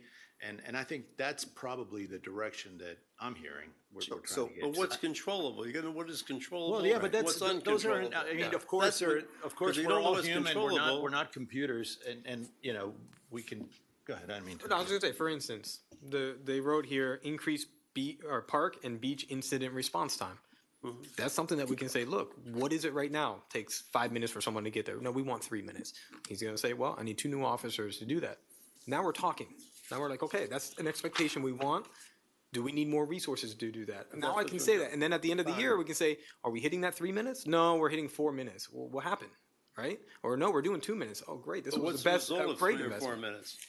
That's what you really want to know. Well, that's If our the incident expectation to happening, understand. Safety again, we're going down to the thing, not how long somebody gets there, but what happened. Can they prevent anything from happening? Or can they basically reduce it or Of something somehow or bad other happening. help, okay? Worse happening. That's all. And a lot of I know stuff, this is a more difficult department to talk I about mean, than the other ones. It's like, if, But he started, and I wanted if to get Erica into doesn't that. have fires, does that mean it's a good fire department? I said, great, I have no fires. My resort, I was fantastic. My time to a fire was 0 because I had no fires. I guess- If the community changes and we got a lot more young people, because a lot of more kids and everything else, we don't have heart attacks. Is that great? Because he doesn't, I mean, a lot of things beyond his control. I get it. Beyond the chief's control. This just goes with the territory. My question to you would be, how do you measure your own success of your own department? We It's measure not, it and sometimes you. That's a and- good and so you- question. you- every week. So you've always talked That's about a the good metrics, question. which is great. And there's always gonna be some possible diminishing return where you continue to say the tickets are going up, citations are going up, et cetera, but at some point, they should start to level off or go down. Maybe at that Correct. point, you start to understand what the benchmark is for best practice. There is. So my question would be to you, how do you measure your own success, create your own KPI, and then let us know what that looks like? And then let us know what you need to get that. So, and it's kind of a combination of what Brett is saying and what Ed is saying, right? This is a different, very specialized department. I love the analogy of, if there's no fires, does that mean our fire department is doing a better job? Not necessarily. There is fire prevention. Well, there is fire prevention. No, I completely understand. And what even, you're for saying. instance, when you talk about the SROs, there's a lot of anecdotal information that doesn't get out to the public, and that's the relationships that these officers have with these kids. But I Allison have to be touched honest, upon it. council member, I gotta share my frustration. We put out so much information and no one's reading it. Well- We put out meetings, no one comes. Yep. Agreed. There is a lot of Well, man. we have we're that talking across the money board. here. That's apathy tends to be across the board in a lot of different ways. It's I not know, but just we're your talking department. money. there's a lot of time and energy Waste of invested money. into putting these things together, because we're not gonna just put a meeting on and say, hey, show up and wing it. We put a professional image, we invite professional people, and there's a lot of planning and execution that goes into that. So I completely understand. We can come up with KPIs. I can work with a manager. We're not immune. Like I said, I strive to be better. I want us to be the best. I feel we're one of the best. But at the same time, it takes this whole village, no pun intended. We all have to work together. We can't do it alone. I totally agree. I don't think you have to go and invent them. I think you have them. I think you use them. I think you publish it in your annual report. I think the issue is maybe trying to incorporate some of that data here so that we can see it. I don't think you need to go and invent anything. You come before us and you tell us all the time statistics and how you're evaluating yourself. And we all know it's happening. But just as we had people come before us today during public comments that were saying, I don't know this, I don't know that. And some of it I know is in this book, but maybe they used a different word. So just the more access we can give people to the information. And to go along with what you're saying, which is right on point, which is one of my pet peeves all the time, is about communicating it to the general public, because we're doing a lot of things right, but we don't get credit for those because either we don't communicate it, we don't communicate it correctly, we don't get the message out. So that's really a very, very important part. I would encourage all our residents, and I'm sure that the chief's not going to be too happy, but encourage them to meet with the chief, to go on ride-alongs. I have done ride-alongs. Can we flash his mobile phone up on the screen there, please? Chief, don't we have a community forum coming up? Yes. And didn't the last time we offered, nobody signed But up? but just to finish my point, it's important that we communicate all the good things that we're doing, and to break it down so that people really understand what those kind of like the unknown metrics that we're looking for, but they're there. That information is there. It's just kind of has to be pulled out and done in such a way that it's meaningful to the average person on the street, so that we can see, okay, wow, 41,000 calls, where it was 5 years ago, it was, I don't know, 14,000, whatever. That kind of meaningful information. And we as residents are the ones, I get these, I pass these on to you all the time. People, no dogs on the beach. Well, you send an officer out there, and by the way, by the time the officer gets that, the dog's not there anymore. Okay, so it's an incident, and how do you measure that one? All right, the officer did what he was supposed to do. We did what we were supposed to do, so those are the kinds of issues that we're facing, and that again, more communications, the better. So, Mr. Mayor, if I could, and I know, we brought it up with the chief, and I think it's very clear that safety is really, hard to measure. It's because it really is about the sense of security. But I don't know whether it was Councilmember Vasquez or Councilmember Moss who talked about a software. And we actually do have a software. We have loaded it up. It turned out to be a little more of a beast than we expected. But what you do see in front of you is we've identified 10 focus areas. I think we started with 7. We added a few more. And if you look at between in detail from slide 40 on, you can see the supporting actions, supporting cost, and then also we are going to identify metrics for each one of these inside of that program and begin to report to you in the new fiscal year on that. So we've heard you. We're going to move forward on this. We've got to tame the beast, that is the software. But more than anything, we wanted to get through the budget, identify these focus areas, put money against it, then begin to report on it. So the bones of what you're asking for is in this budget. And if you look again, I think it's slide 40 to about 40, probably about 50. That's the baseline of what we're going to work off of. Okay. Thank you. Thank you, Chief. Benjamin, can you come back up again? So let's talk big picture again now. what you've tried to do, and let's make sure that everybody understands it, is to develop a baseline budget estimate that says, assuming the same level of service that you have now without, adding great stuff in there, at a minimum, we need to spend 40.46 million, right? Correct. Okay, so what happens in this village, and it's happened for many, many years, and when we have surpluses, it's the opportunity to then do special projects that we want.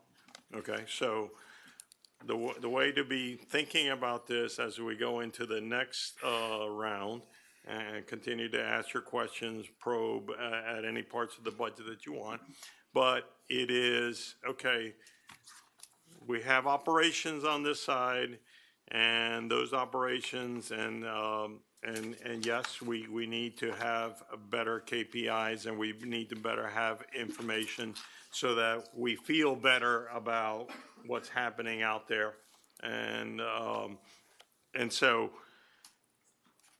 now with the surplus, then you're able to do special projects. If you don't want to do special projects, you give the money back, and that's it, and you close the books, and we don't do special things like add crossing guards at Key Colony, or fix Harbor Drive, which is a mess, and so that's another part of this function that we're doing. So can we go and talk a little bit about the capital improvement budgets, and why we aren't spending 95 million, and talk about rollovers and all that, so that everyone can be informed.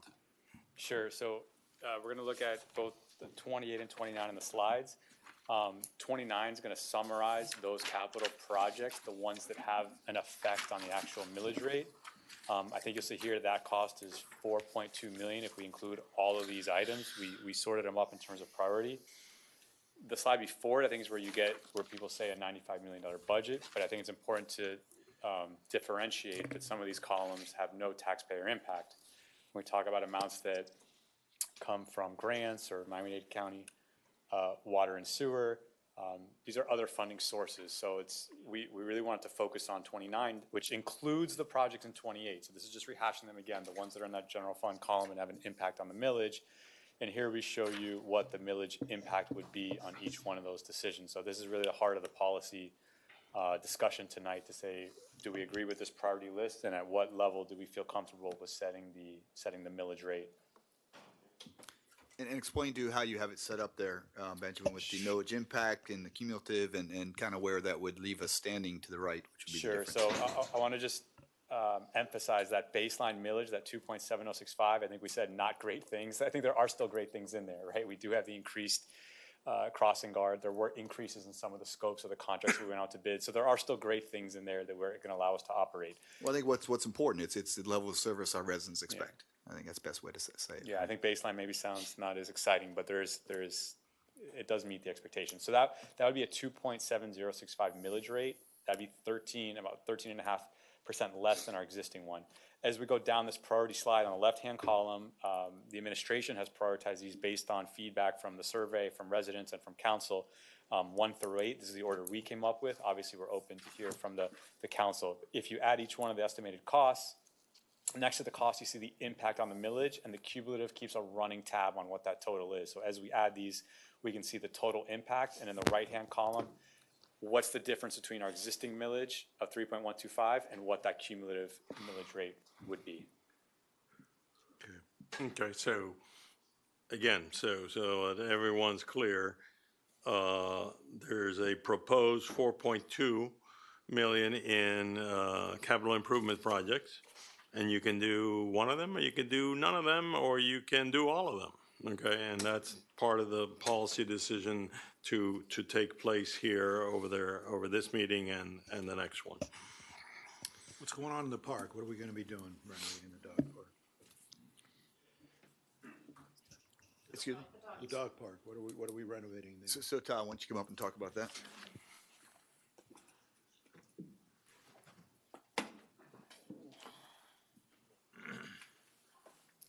Also, I thought we had spoken about a community garden. I didn't see anything on that. Is that going somewhere else? Sorry, the community garden. That's We've in my also department. spoken about that. It's already funded. It's already funded? Okay, It's then I'll funded leave in this that, but talk to me about the park. Sure.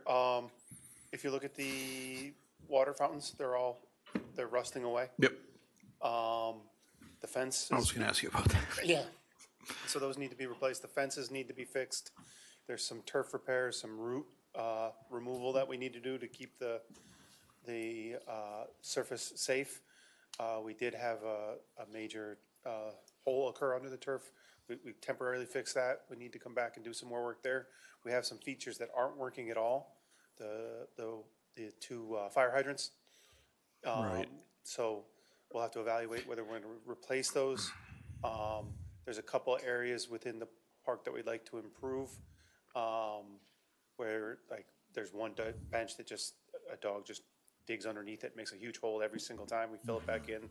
I guess dog comes back and thanks us for filling it in, makes a huge hole again. We like to put some pavers underneath there. There's a bunch of things that need to be painted. So this is almost preventative maintenance now. When this is kind of small, we can make some replacements, fix some things, get it back to the standard it was when we opened it, before things deteriorate too far. And we're Right. hit with a bigger I tell you, expense. yeah, thank you for that. One thing that I wanted to bring up, which I always just saw this in the dog park, is the issue of the double doors. When you come in, the dogs come in and the other ones go out. That is a place where I've seen even my dog get into fights with other dogs, and it's difficult because you're trying to get your dog out. Somebody's bringing in their dog. They get into a hustle, and you can't. It's difficult. Yeah, I mean, and also, I don't see a lot of enforcement in the standpoint of, we got a park for big dogs, and we got a park for small dogs. And I don't see a lot of that. I see a lot of mixing with the bigger dogs and even in the small park. And we don't know who has an aggressive dog or not. And I'd like to see some level of involvement or way to So help usually, that. the small dog park is for people who choose to put their small dogs in there. They can put their small dog, if they feel it's appropriate. And some people have dogs that are little Energizer bunnies that do better with the big dogs. But nobody should putting a big dog in the small dog park. That if that's taking place, then yes, that should not be taking place. Those are the rules. Yeah. I think the council member's saying. So just Like dog safe safety overall. I got two little dogs. Sometimes they get caught up with the big dogs, and I'm sure there's other people out there that have the same concerns. Sometimes those double doors and mixing big dogs with little dogs. I hope we have a handle on that. That's If an issue arises, give us a call and we'll pop out there and try to resolve it for you. I got a question, but not for you, Todd. Sorry. Maybe this is for Benjamin. Benjamin, on The only thing was page- fireworks. Did you see what the fireworks went up to in price? Yeah, because we just approved it. Didn't we just approve it? $275,000? Yeah, it went up a huge amount. Up to 193,000. Yeah. Okay. But Those we are already we approved that last year, right? Or last month, I think. Two council members ago. Yeah. Benjamin, so looking up slide number 28, the capital improvements, I see that we have our revolving CWSRF design fund of 3.552, and we also have our special revenue enterprise fund. That special revenue enterprise fund is our, what's it called? So It's here, the stormwater fee, right? stormwater fund, and there's one here, there's a building department project that would come from the building special revenue fund. But yes, they'd be village funds. A just lot not of it's general coming fund. from there. So why are we using money directly from the fund using cash instead of borrowing? If we're getting it at 1.2%, isn't this money in this fund making more money than 1.2% in the bank right now? It is, but remember that CWSRF is for a specific project. It's not going to fund everything. Oh, you can only use it on the design. Only for and design that's it. construction. Yeah. And we can't use it for anything else. Can't use it for operations or maintenance, no. All right, the second question I have, the program management for a resiliency and adaptation plan. We have $1.215 million there. What is that? What's that for? Yes, that is sort of a combination of the work orders that we see coming to maintain the resilient infrastructure adaptation program for the program management portion. Part of it is the Black and Veatch, it's the majority of it. And then the communications consultant that we're using for resilience is also in there. And then if we end up applying for a construction loan through the SRF, that application process can be a little costly. So that's wrapped up into that as well. So how much is the Black and Veatch portion of the 1.2? That's being 1.5. decided. We're still working the scope Yeah. of work, and we'll bring it to you all in October. So right Mhm. now, that's our best It's a estimate. placeholder at the moment. Yeah, because it looks extremely high. And what are they doing? Owners rep work, or they're rebuilding the plan? Or? Well, moving in, and that's why we're working through the scope of work. Obviously, their work's going to transition a little bit. They're going to do more design review, and then they're also going to assist in procurement, and then also begin to do construction management owners rep work. Yeah. Steve, are they, I'm sorry, I didn't mean to No, go ahead. interrupt you. Are they, it's on the Lansing Black and Beach, are they looking at at ACOM's proposal for cost proposal? No, they are not. We hired a third party to do that. Okay, whoever it is, I hope that they're diligent enough, they understand, we definitely need. They're a working on it right now. We've We made have it a- very We clear have to a them. PO active right now, they're working on it. When would we expect to, and is that going to include the water, well, we can talk about that later. Yeah, well, I mean, There's a specific when we discussion expect it, what is today? By the end of the month. I think we would have it by the end of the month. I think we Yeah. would have to review it, talk to it. I obviously want to talk to the firm that does it, Mhm. and we'll be able to present that to the council on October 15th. Well, obviously, we can talk to you about it before, but if you want to present it formally, we could do it then. I think based on the concerns out there, I think to be good to have, I don't know how council feels, but I think it would be important to have a second opinion on that and formally so they can talk I about think it'd be good. the construction estimate. Important to Now, have that ready for public Yeah. to hear a discussion on that at October 15th. Yeah, so my concern about this is, I'm guessing, is Black and Veatch our project manager that's basically managing the project for us, or who's managing our project? They're our program manager. Yes, they are. Yes. So they're basically our program manager, project They manager. were going to coordinate the big dig. That was a major purpose. Well, we hired them first to put the bones and skeleton together for the program management, which we have now, right? Which they have, but obviously they got to continue to do program management, but it's going to back away from that and focus more on design review, procurement, and construction oversight. Benjamin, how much No. have we paid him so far? Approximately, not to the dollar. About 1.3 million, says Roland. Wow. 1.3 million? That was the prior work order that was authorized this year. So what and I spoke to Steve about this very briefly, but to me, it makes more sense to hire somebody in-house that's going to be 100% on top of this project that is not a consultant, that's one of us working on this project, than to be paying 1.2 million, and then another million, and then another 1.2 million, then another 1.2 million. It just keeps going. You know how I mean, it goes. we're going to be $6 They're million quick cheeks in the choir, okay? for someone to be a project manager when we could pay really good money for someone who's really experienced and really good that can come in here and work in-house with us. And to do a project of this size, I mean, projects, they're made or they make or break based on the project management.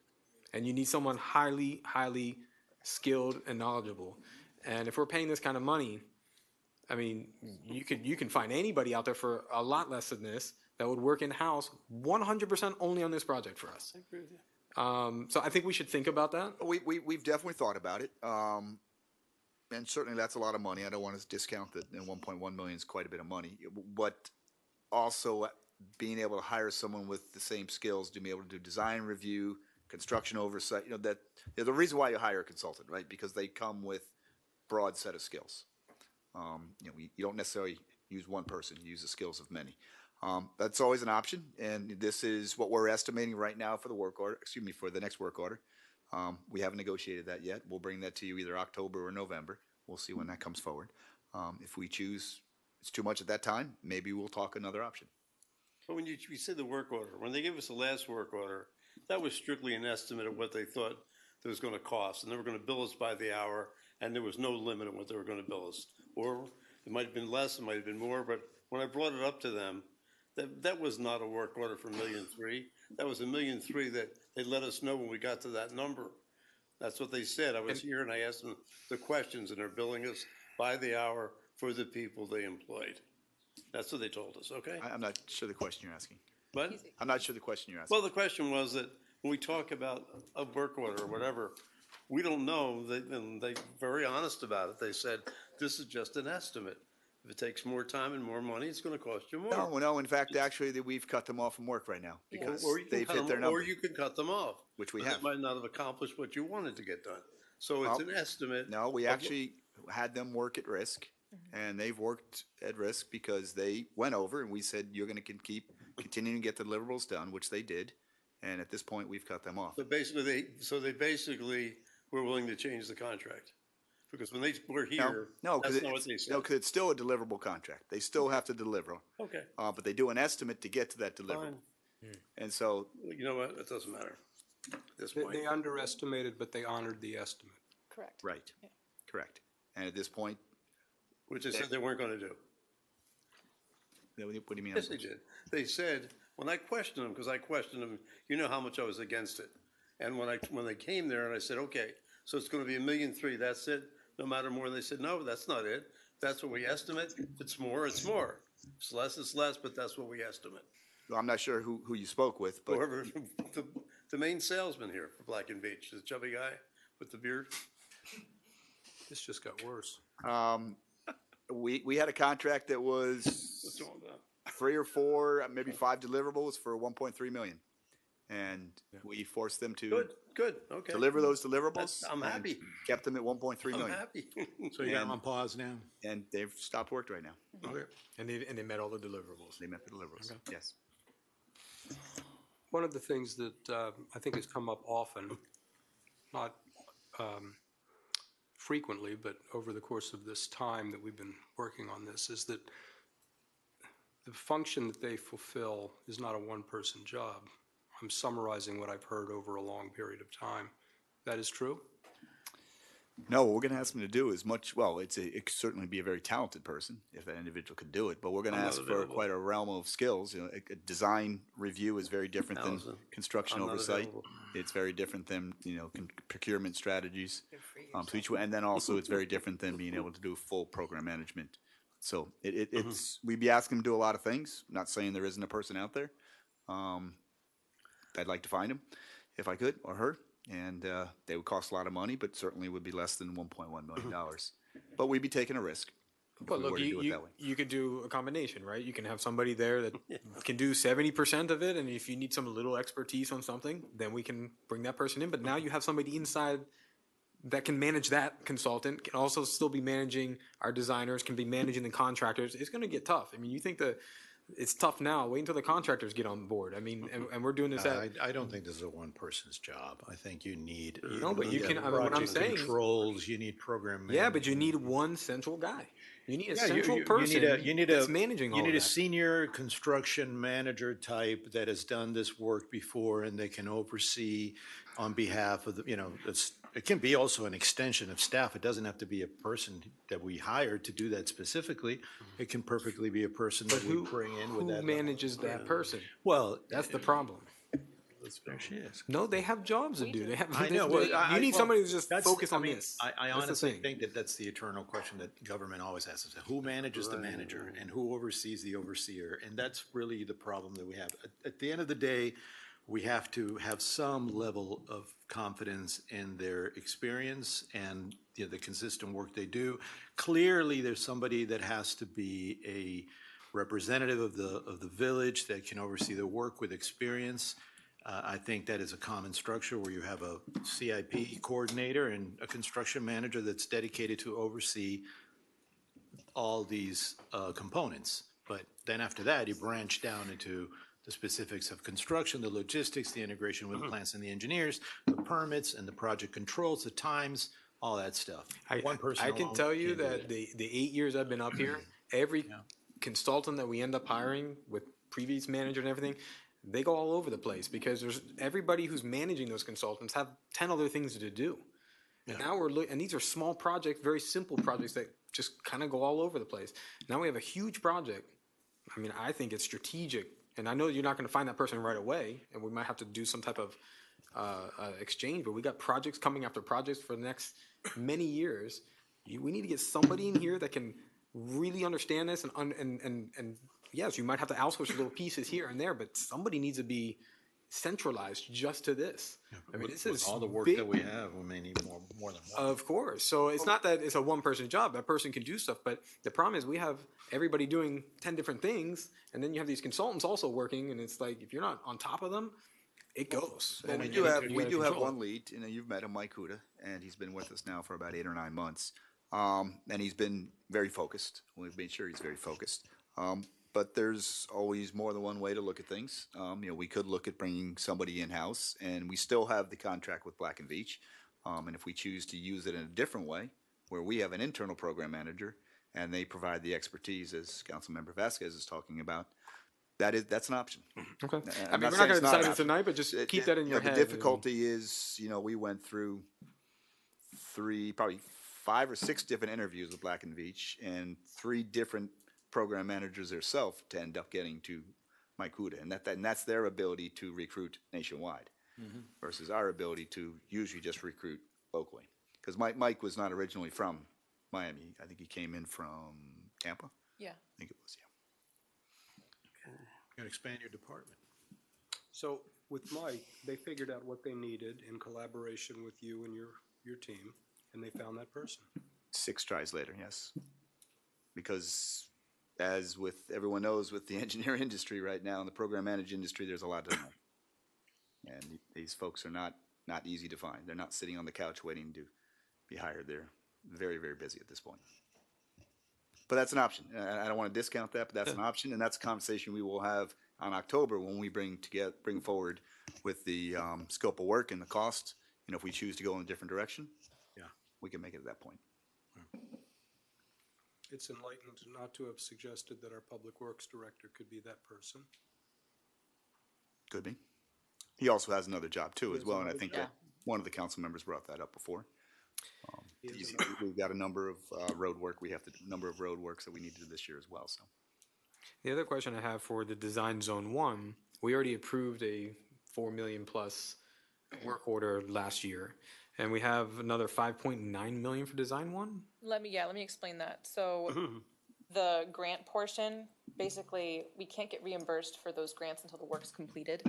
So all of that funding is being transferred over to the next fiscal year when we would expect to receive those reimbursements. That's not to say that work hasn't been started. It absolutely has. We just can't receive any reimbursement for it So is yet. this 100% of what we spent so far on them, and that's why we're carrying it over? We haven't spent 100% of these grant dollars because some of the grant dollars are for specific scopes. Mm-hmm. So we haven't completed the 30 to 100, and about $885,000 is for 30 to 100. So part of that technically has been spent, but we can't receive reimbursement or even submit reimbursement until the task of complete design is totally done. So I'm guessing my question is, out of the $4 million Yeah. plus that we already approved, how much is that in the 5.955 there now?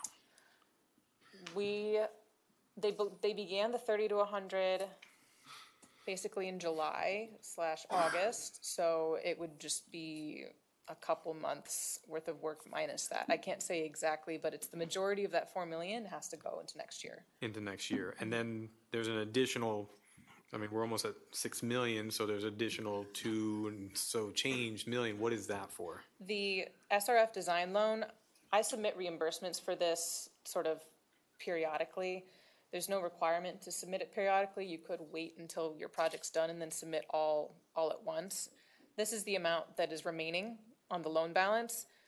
I haven't submitted a reimbursement for a couple months now, so there's a great portion of that would belong in the next, like the previous fiscal year, but I'm trying to wait until the end of this fiscal year to get a solid number so that accounting-wise, we can be very exact about how much was spent and reimbursed in this fiscal year. This is more of like a line of credit placeholder. So we spent about $2 million in the last fiscal year, but we didn't account for it until this fiscal year, so we're just showing it there. Yeah.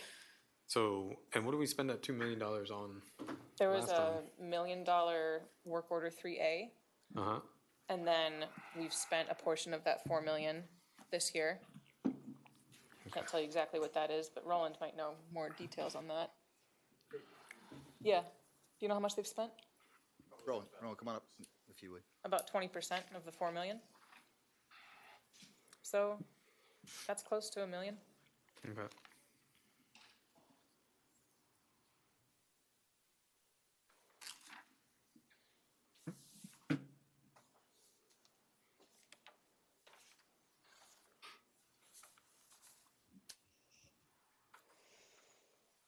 The risk with not rolling over enough of the SRF is that you end up short.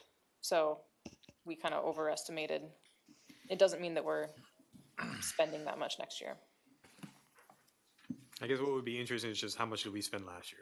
I guess that's the question. We'll find that out like in a couple weeks. We've asked AECom to sort of estimate what their utilization will be through the end of the month, Okay.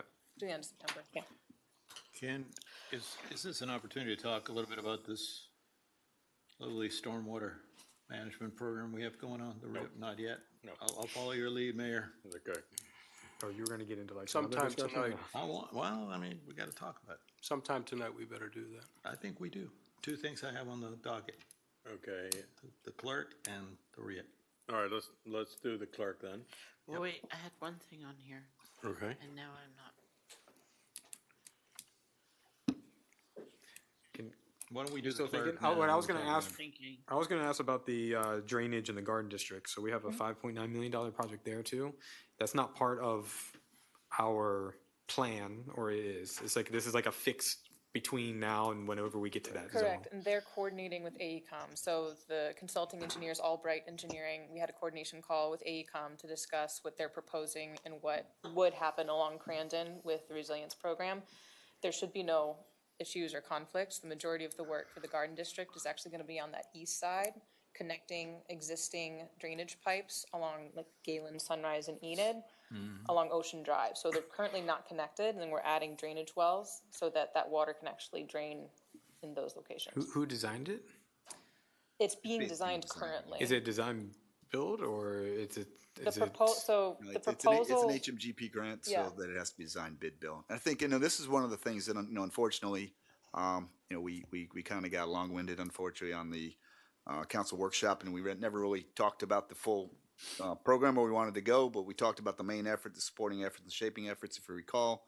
The main efforts being Zone 1 and the Coastal Storm Risk Management Program with the Corps of Engineers. We got a number of supporting projects we're doing, one of which is the stormwater program on the Garden District. We got funded 90% to 10% from HMGP from a Hurricane Irma program. We're also going to do the undergrounding over there because that happens to be part of what FPL has presented to us as well. Maintenance, of course, is part of that. We're going to be redoing the backup generators for our two stormwater pumps. What else is involved in those backup? and Heather. Yep, Ocean Lane Drive. Another part of that is. Ocean Lane Drive is part of this too? No, they're two No, separate it's part projects. of the stormwater pump. okay. We have, request in for appropriations for $750,000 for an offshore barrier reef assessment. So there's a number of things. Unfortunately, we didn't get an opportunity to go to the details of those supporting efforts. So there's more going on besides just Zone 1 and the Corps of Engineers project. Obviously, that's our main effort. And then obviously, and I don't want to go through the litany of the number of ordinances, agreements, and et cetera, permitting we have to go through. But there's a number of those that will help us shape what we're doing now, but also in the future that will allow us to make this much easier moving forward as well. So which zone is the Garden District? Which zone was that? Zone That's eight. Zone 8. So how long does this, what we're doing now, how long can that It'll carry buy us? us about 15 years. It'll buy us the design life of the wells that we're putting in. Which is 15 years, you said, or? 20 years. 20 years. Okay. Yes, but again, it depends on sea level rise, so forth. Yeah. But what it allows us to do is it allows us to get a fix now, right? And it allows us to get a fix now on the back of, the federal government, 90% to 10%. So is it the end all be all? Is it a solution where we want to be? No, but we're going to take that money and we're going to run with it. Yeah. So you are in effect eliminating Zone 8 in the near future. Yeah, for 10, 20 years. 20 or so years, Yeah. plus or minus, yeah. Right. So we're not spending $700 million. No. No. And, if something comes through with. I was afraid we were going to spend 700. Yeah, if something comes through with, 301 Ocean Drive, as you know, that the Terra Group has suggested they would address the flooding in Holiday Colony. That's Zone 6. So that'll also push that out, a certain period of time, once we come to an agreement what that design will be. So, we're just not, you know, we're focusing on zone one, but there's a lot going around in different ones. That's in our resiliency adaptation plan that Black and Correct. Beach put together? Correct. Yes. Correct, yes. Do you guys, are we able to start seeing this? I thought you guys were still putting it together. Have you guys sent us anything yet, or I'd love to see Yeah, it? we presented it last month. Yeah, and there's Well, I thought it And was then- going to be like a giant chart that you Dashboard see kind of everything thing, going yeah. on. Well, there is. There's a link on the website that we put up there as well. We can and we can send you that link if you like. Yes, Yeah, resend it to me. I'd there's love a to whole look at it. Primavera 6 schedule that would be really hard to print Read. out. You'd Yeah, have to yeah, print it'd it be out on the huge, size yeah, of a yeah. building. Pretty nifty, you got to actually be able to projects read it, listed but out. that exists, all the optimization modeling tools exist, the dashboards exist. It's in Procore? I thought it was going to be in Procore. Procore. Procore? Okay. It's a combination of Procore. Primavera and 6. Primavera 6 and, what's the program? Oh, Power BI. Power BI. Yeah. Okay. So it's a whole suite of digital tools, and they also produced, you know, the SOPs and all that, and the PMP, the program management plan and all that stuff. Yeah. Excellent. Thanks. Yeah, just send me or us the link and love to click Yeah, on it. and we'll be happy also to send the slides back out again. They give you the details.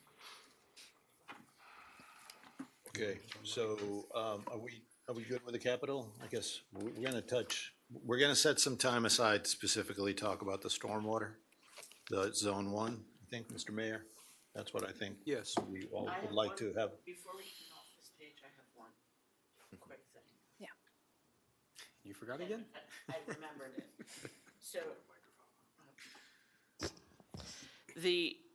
I know it's low on the list of priorities here, but it is, it's carried forward money, and I'm sure we're all gonna end up wanting to do it. The council chambers as community theater, it strikes me that there's an opportunity there for it to be used also as a revenue source. I don't know if you guys have talked about that, but for, you know, renting it out for people who want to have a private screening of something, or when it isn't being used by the village and it isn't being used by the council, perhaps we can offset some of the cost of the renovation by making it available.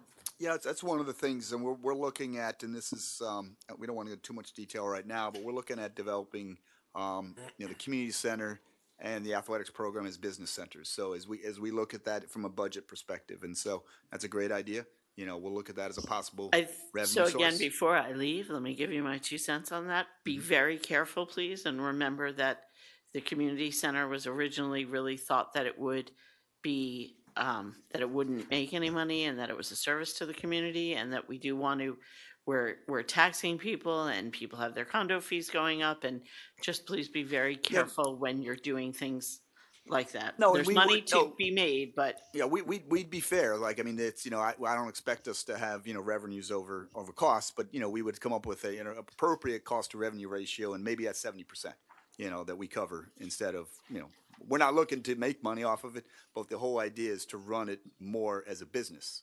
And we'll set a target with a cost to revenue ratio of about 70%. And if that's the case, we'll begin to look at more opportunities to streamline our business, making sure that all the budget items that should be in there are accounted for. So we really understand what it costs to run our community center, what it costs to run our athletic program. No, we're not doing that to make money. We're doing that to hold us accountable from a budget perspective. But the idea of possibly bringing this in, obviously we'd have to put some controls in place. We don't want people just to come in here and do it. This is our council chambers, of course. right, and you would have to be careful about what it is that, you know, the People are space will showing, be yes. respected, and I wouldn't suggest having like a 5-year-old's birthday party watching a movie, because that might get a little messy, but there are probably appropriate things that we could help to just, you know, cover the cost of running the room. We could do that, and we'll look into that definitely. And, you know, timeline right now, we are actually through the evaluation, just to kind of give you a heads up. We're working through the evaluation on that. We hope to bring that to the council in October for approval. My understanding is that the film festival starts on January 29th, and we're cutting it close, but we think we can get it done before that. That'd be good. I had one more question. The electrical outlets along Crandon Boulevard South, if they were to be installed, is there an incremental increase then in our holiday lights? Why don't we let Todd answer that question?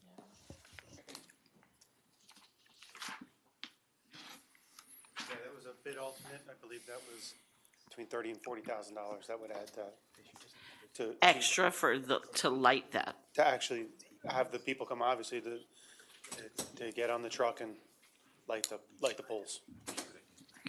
Yes. It's a lot of money. It is, but every year since I've been here, I've been asked by the people south, and they're like, how come we get no lighting in our area? So if we could do it, having the electrical outlets there should be a positive for anything else that we do. But then if it's only that incremental cost to add that, that's a twofer then. Yeah, Eric didn't like my extension cord idea years ago. Okay. So, Mr. Mayor, I know you want to make sure we get out of tonight what you want to get out of tonight. So I think what we are asking for, number one, is is the baseline budget acceptable to continue to provide the level of service with the village? And then secondly, of these proposed new initiatives, which one does the council favor? Maybe partially, maybe completely, maybe not. And then can we do some review, come back on the 24th, so we can set a millage for the budget, for the village? I think this touches on baseline. I had one question that we sort of, I think Ed and I just both were focused on. It's on slide 42, and it pertains to a $750,000 item for the police for under the focus topic, maintain safe streets, and it has to do with education and regulation and enforcement pertaining to golf carts and e-bikes and the like. Yes, so what we're trying to do is we're trying to estimate the amount of time and effort, cost, whether it be training, whether it be equipment, whether it be a contract that it takes to deliver and to maintain our streets. So this is, and Chief, if you want to come up, this is basically the Chief of Police estimate of how much time and effort he would have to put into enforcing these laws. So just to further expand on what the manager said, one of the things we talked about earlier is where is the cost going to? And I've sat with the new chief of staff recently, and Benjamin and his staff, and we're trying to put a dollar amount on what it actually costs to do the things that we're being asked to do. So when you look at that figure, obviously we know that this has been a big priority since I've arrived in the village and for myself and my team. And there is a large cost to it, but there's a lot of efforts and time that are being put into it. I guess the question pertains to the new ordinance and maybe the diminishment perhaps of education and perhaps also the thought that enforcement would actually abate to some degree because now we have a law. Right, and like everything, we look at it each year, right? And we reevaluate if the funding or the appropriate metric is still measurable, or is this the precise amount that we need at the time? But like tomorrow, we're going before the county for our ILA. There's a 60-day educational requirement for that. So the manager and I already spoke this morning about educational sessions that we're going to have upcoming, working with the SRO to get information out into the schools, producing short videos to do what's required of us by the county to put that ILA into place. You're 1,000% correct, council member. You know, the goal here is hopefully once we educate and inform that the enforcement would decrease. But, you know, we saw an adverse impact when we came through with the ban of the motorized scooters, and we saw an increase in golf carts again, and that's kind of tapered off. But, you know, obviously traffic enforcement is going to be our bread and butter here because traffic's our number one concern. And what we're trying to do here, Councilman, if I get out on top of Chief, is so, you know, we had the conversation before about measuring ourselves. And so one of the focus areas that we talked about during the strategy session earlier this year was how do we maintain safe streets? And so we identified these 5 areas that we wanted to focus on, these 5 actions. And so we did our best bet of what it would cost. Do we know exactly it's going to be $1.2 million to do traffic enforcement? No, but, you know, Chief, based on his records, this is how much time and effort I put my officers out on the streets to do this. So what we're trying to do here is say, if we want maintaining our streets is going to cost $2.45 million. And then you're going to see to the right, you're going to have metrics that are going to hold us accountable to achieving that focus area. It helped me during the earlier conversation that I didn't much participate in to anticipate this moment, because this is how you build a budget, basically. The strategy, we talk about strategy, we get together yearly, we focus on the problems during the course of a year based on our experiences. We feed back to you where we think your resources ought to go. You tell us what our analysis is flawed and why and what you can do to make it better, and this is how you build a budget. But this is not really a budget item. It's not a budget item, and it's an indirect correlation as I see it, but Right. this feeds your thinking to get to that line item. Yes, no, I get that, but just to explain, to make sure, anybody's watching, you're not asking for $750,000. No, sir. You're saying, No. in the worst-case scenario, if I had to do all this education, regulation, and enforcement in these areas, it might cost me $750,000. No, it's an allocation of his time. So we've kind of broken it down. So it's where he anticipates allocating his time of the overall budget. So you're exactly right, Mayor. This is not a budget. What it is in order to maintain safe streets, we think it's going to cost $2.45 million. And that's looking at the priority areas of 1 and 2, primarily, well, 3, 4, 2, but saying, if we think these things are important because we need them to continue to sustain the high level of service and the quality of life that we want, these are the kinds of things that have to be done, and these are some approximate costs to that. Yes. But isn't it that you're going to increase the level of service if we pay this $2.45 million, right? It's not that we're maintaining it. If we don't spend this $2.4 million, you're almost saying that it's going to get a lot worse, but it's not, right? We're maintaining it now. It's just that if we want to do better, this is what we would put. I'm a little confused of how we're wording that. We're trying to estimate what the total cost of time and resources goes in to accomplishing these objectives. In our budget right now. Already in the budget. Already in the budget. It's not additional. So we're trying to do what you're asking us to These are do. the focus areas. You're asking us to measure ourselves, and so we're identifying what it costs. Yeah. So not only do we measure ourselves in terms of accomplishment, but we measure ourselves in terms of return on investment with our budget. It's important for those That's watching, like the understandable. mayor I said, heard it this isn't in differently, so addition, Okay. we're justifying what we're doing. This is a on existing subset of our baseline. budget. Okay. And I think That's this how I read ties into what started a rather long conversation, started with Brett's observation about our strategizing, feeding your tactical developments and your determination of what staffing and resources are necessary and how to allocate them. So I think that's an example of what we actually do that's more empirical than where the conversation might have suggested a half an hour ago. Yes, sir. Okay, so, Danny, back on this, are we supposed to pick a project? Is that what we're talking about?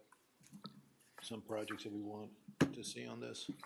Well, again, I want to make sure, the mayor drives this, but this is our recommendation of new initiatives. These are all something that we have heard from many different, whether it be the council itself, whether it's stuff we've identified we'd need, or whether it's from surveys or direct input from council, from residents.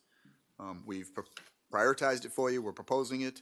And obviously, the staff is here if you want some feedback as to what the value we would get out of investing in these. I certainly think, I already spoke about the dog park. I certainly think that, given the concerns of the community, and obviously we need to be very transparent, very clear with that, and at least understand what our existing stormwater, the condition and the capacity of the existing stormwater system. So I'm definitely want to see that as a priority, especially in light of all the discussions that have been going on. I've got an issue with that. I don't want to pay $675,000 to find out. I certainly don't either, but I So, think that as long as that that's question not- lingers out there, we spend, and I'm sorry, Mayor, I just want to clarify one thing. How much did we spend on the modeling, with all the variations of models that we did?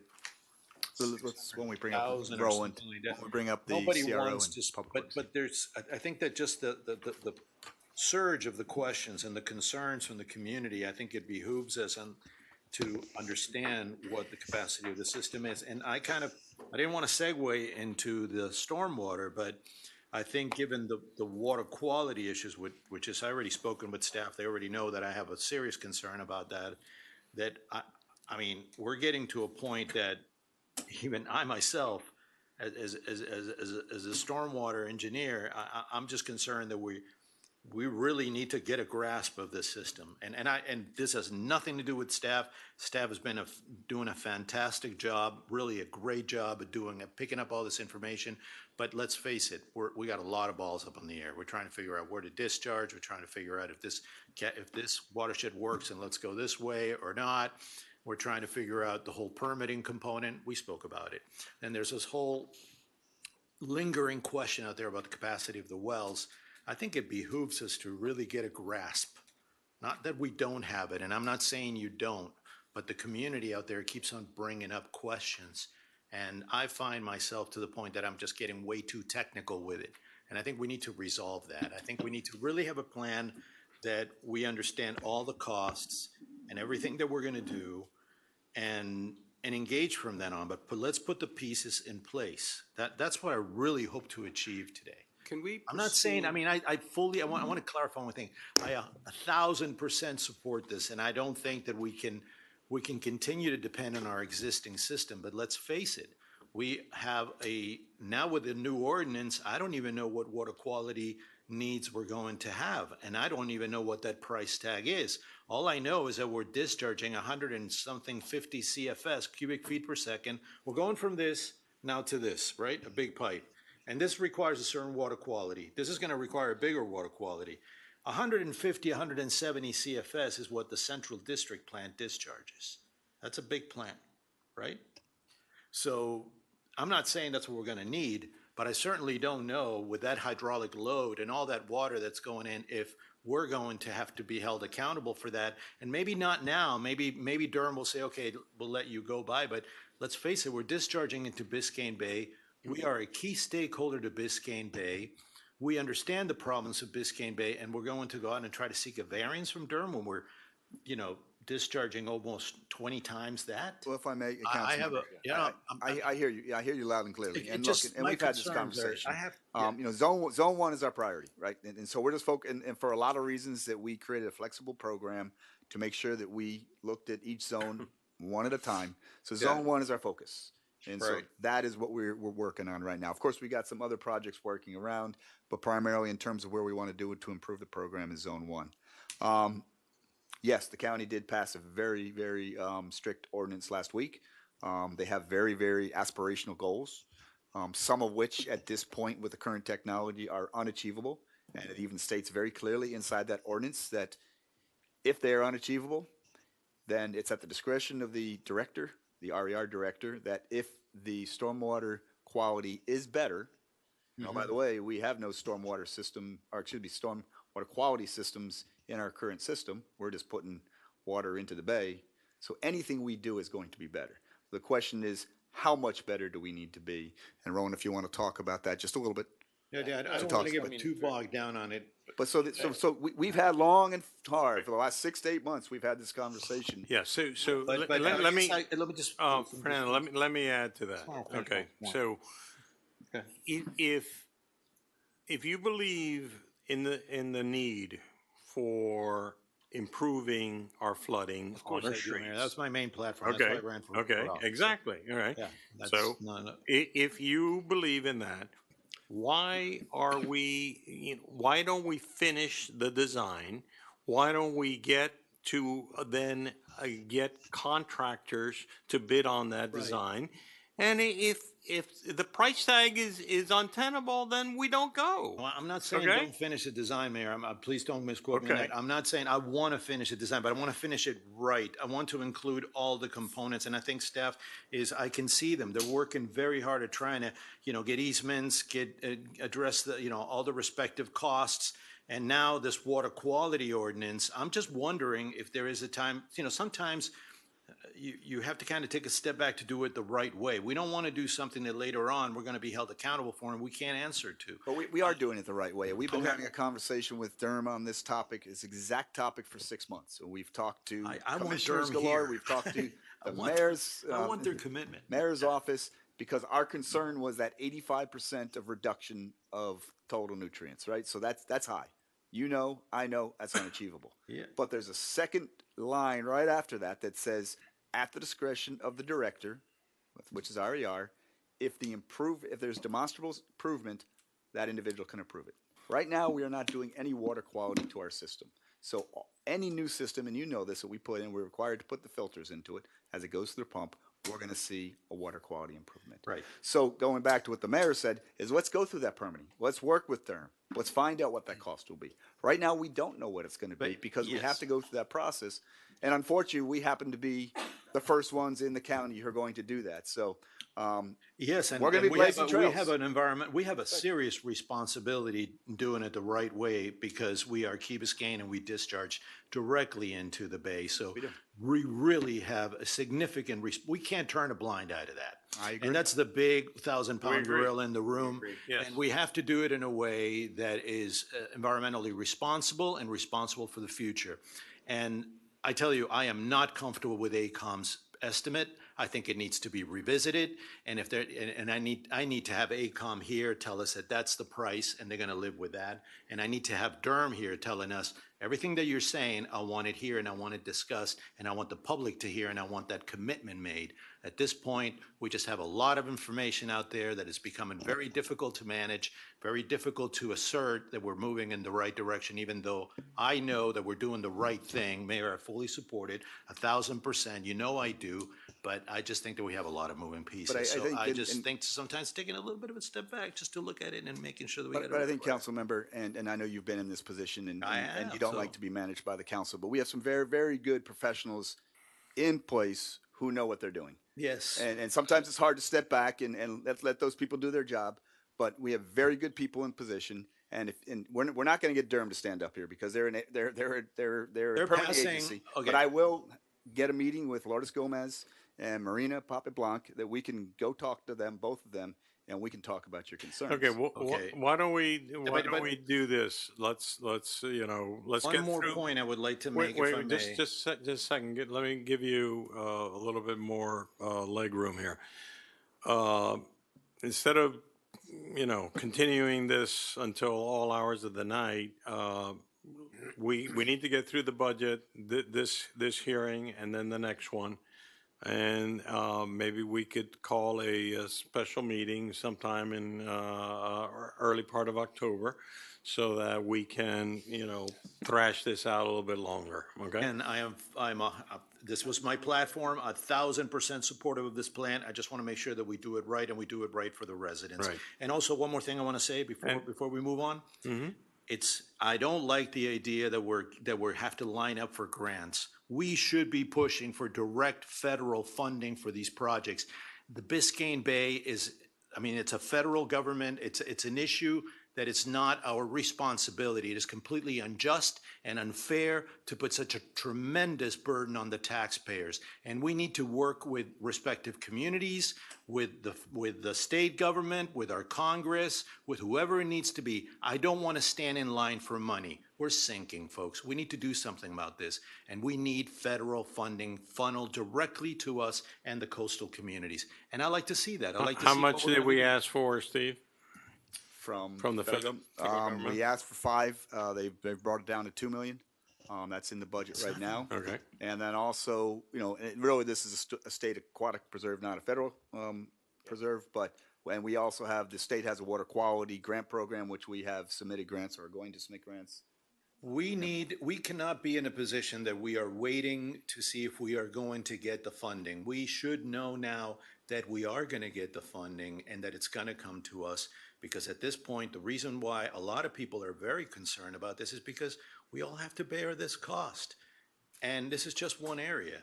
And I think this is a great opportunity for Key Biscayne to take the lead in making sure that money is funneled directly and committed to us, not a pool of money that maybe if we get the right, the right lobbyists, we'll get it in here. No, that's not enough. We need the money directly allocated to us. But And that's what I'm fighting. Councilmember, I think you've been through this before, and I think have. you know that you have to hit certain milestones before people even consider giving you money. And so, Absolutely. they're not going to give you money if you've just come up with a concept. You have to hit certain design timelines. You have to have a design in place before people are going to give you money for construction. So, we got to get to this design. We got to get this design done. Let's find out what it's going to cost. Let's find out if it's the permittability. We can make a decision at that point. And oh, by the way, we still have a 60% design review. We've got the 90% design review. Then we go out for procurement. So we have 3 more opportunities to make a decision on where we go on Zone 1 with all those questions that you've talked about. We were expecting this ordinance to come forward. We pushed hard with a lot of commissioners to adjust that 85%. A lot of communities that are in the same boat, man, and Honestly, it's communities indignating the that fact don't that they want do. this to happen. Okay? Honestly, I just think that those those unfunded mandates like that are just very disruptive, and they don't really. Well, remember that second clause is what is our. We understand that 85% is at this point aspirational. However, at the discretion of the director, you can prove that you are doing it better than you are right now. And so I'd be happy to get you with Lourdes Gomez, talk to her, talk to Marina, and that you can really understand. Because I've had to do this, and I've had to do this about 5 or 6 times. And trust me, they don't like it when I call, but they like me most of the time. Okay. But I'll be happy to bring them with you. I'll bring you with me. Bring me. Steve, I'm bringing you. Is it possible? I don't know if you can answer the question. Since they can't have the technology to achieve the goals they're going to achieve, and since the director has the ability to approve something less than that if the technology doesn't exist, once we demonstrate that the technology doesn't exist, but this is the technology we're going to use, and they approve it at that point, will they approve it at that point in time? So that we know when we go ahead and design our system that they can't say, well, but now the technology changed and we want you to do this. Once they permit our design is permitted. Yeah. But they always keep the right to, I'd like to understand that too. Can't they always pull back? Right. If it's in the best interest of the public and it's in the best interest of Biscayne Bay and it's ecology, I'm sure somebody can pull a permit right out Councilmember, of that's us. true for any ordinance, though. Anybody can change the ordinance on us at any point. But that's why I don't want to go out on a wing and a prayer on it. Mayor, Okay, let's keep going here. I've had this conversation 6 months, Frank. so Mayor, drive on with every regulator. It's 9:20, and we're going to have to make a millage decision tonight. Okay. I heard lots of things there. One of them seemed to seek a point of clairvoyance about issues that are just fluid and to be determined. Yes, but 78 million. not within a period of time that aligns with any reasonable timeline if we're going to proceed with this project, I think. The other thing that was happening during this discussion was commentary about public opinion. We're going to have to make a millage decision tonight, and it can go down, but it can't go up.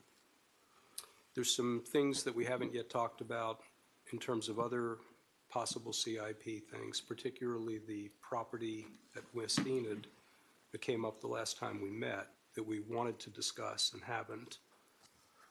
If we don't plan for that, it's feasible that it could happen whatever we do tonight, but maybe more difficult. And I think I'm feeling like I'd be more comfortable, and maybe we all would, if we took a minute and spoke to the public opinion that you've alluded to, that we've heard a lot of. The premise, to begin, that if we didn't do this, we could save money on the budget. Well, of course we could. If we didn't do any of this, would we be playing Russian roulette? The stormwater system is absolutely perfect for 15 years. Is that settled wisdom and truth, or is that wishful thinking? I think it's time we speak to this. Mayor, if I can make a comment to the number 8 on the capital improvement. So the flooding, you guys have $675,000 there. What is it that they do? What are we going to be doing? About 275,000. Well, go ahead. Why don't both you and Chris walk it through? About 275,000 of that is specifically to do injectivity tests on all the wells, because there's been a lot of talk about how the wells are operating fine if they're maintained. In truth, I don't really know where that information is coming from. Unless someone is expert and has done injectivity testing on wells, I think it's really impossible to make that sort of a statement. So the thought amongst council, it seemed, was that we should test the wells to see what their drainage capacity is. So 275,000 of that is to do injectivity testing on 39 wells. And the other 400,000? The other 400,000 would be to televise all of the lines throughout the village. And part of that, when they come out to televise, they're gonna have to pressure clean or jet the lines ahead of the camera. So it includes jetting the lines, repairing them, so that the company can come back and televise the lines. And My understanding, you guys got a cost estimates on this, correct? Yes, Yeah, we okay. do have the cost company estimates. that's going to do it? The televising, we got a price estimate from Shenandoah. And who Injectivity testing was a price estimate from Jaffer. Correct. And- Jaffer Drilling. It'll have to be bid, yeah, but I mean. It will have to. Yes. we would So have so to do that. Jaffer Roland, can you come Jaffer closer? is our are the people that do our No, cleaning and US maintaining? Lube, US Lube right US now Lube is doing does. that. US Loop. Do they do this too or no? They don't do If they're already out there? injectivity testing. They don't do the. What They about don't do the? injectivity testing. What about the camera? They don't do the cameras, they would do the cleaning of the lines, and we would have to get either Shenandoah or possibly Enviro Waste or one of those companies to come. But again, this is But we a, did get this is a price large from cost. We're gonna have to bid this out. Shenandoah. This is not Right. something we can just pick and choose. We- But this is not just for Zone 1, this is for other areas entire- as this well. entire There's a village. whole That's where entire I'm going. I'm system. not thinking of Zone 1, I'm Yeah. thinking of other areas as well that need, No, that we need to is- understand. Yes, The whole Councilmember, thing. this No, is this the is entire to village. speak, Yeah, that's what I'm this saying. is to That's why I speak to, support it, this not- is to speak to this opinion Yeah. that the stormwater system is. No, it's, Well, I'm not- I it's mean, to I Well, I address the think council's let's concern. be a little fair. In addition to, yes, addressing concerns from the community, it will also give us information that perhaps we don't currently have on the parts of the system that we're going to need to be relying on for quite a few years to come as we're Exactly. building things out. Th- Yes? Thank you, That Vice is Mayor. I correct. appreciate you Yeah, that saying is that, correct. but we need to make this clear. This is our council asking us to do this. So this is not about the community. This is about our council asking us to look at this. But why are we asking you to look at this? Let's be clear about that. It's because information has been presented as settled truth, and you're dubious about the source of that information, those contentions that are expressed as conclusions, and you want to assess the truth or the untruth of the contentions. That's it? That sounds correct, yes, sir. I don't see it that way. I don't necessarily think that, I mean, Zone 1, in my opinion, is something that we need to do. I believe that. I just think, but other areas as well, I don't think, as we move forward in the future, I think we need to make sure that our system, our existing system is working properly. Thank you for the information you forwarded on the wells. I think it was very educational. I think people need to understand that those wells only have enough capacity, and that's driven by the head and the differential between the brackish and the saltwater and the freshwater. They only have so much, and they're also subject to sea level rise and groundwater rise. So I think that to a certain point, those wells are going to eventually become defunct or obsolete, however you want to call it, with time. But I think that what we didn't do for Zone 1, we should do it for the other areas. As we engage, as we move forward with Zone 1 the proper way, making sure that we got all our ducks in a row, we look at the other zones and we see how we can maximize the capacity of our existing system. So therefore, we're not talking about a $700 million CIP. We're talking about, potentially much less than that because we're utilizing our existing wells and our existing system to their maximum capacity. So there's a differential in that. I hope you see it.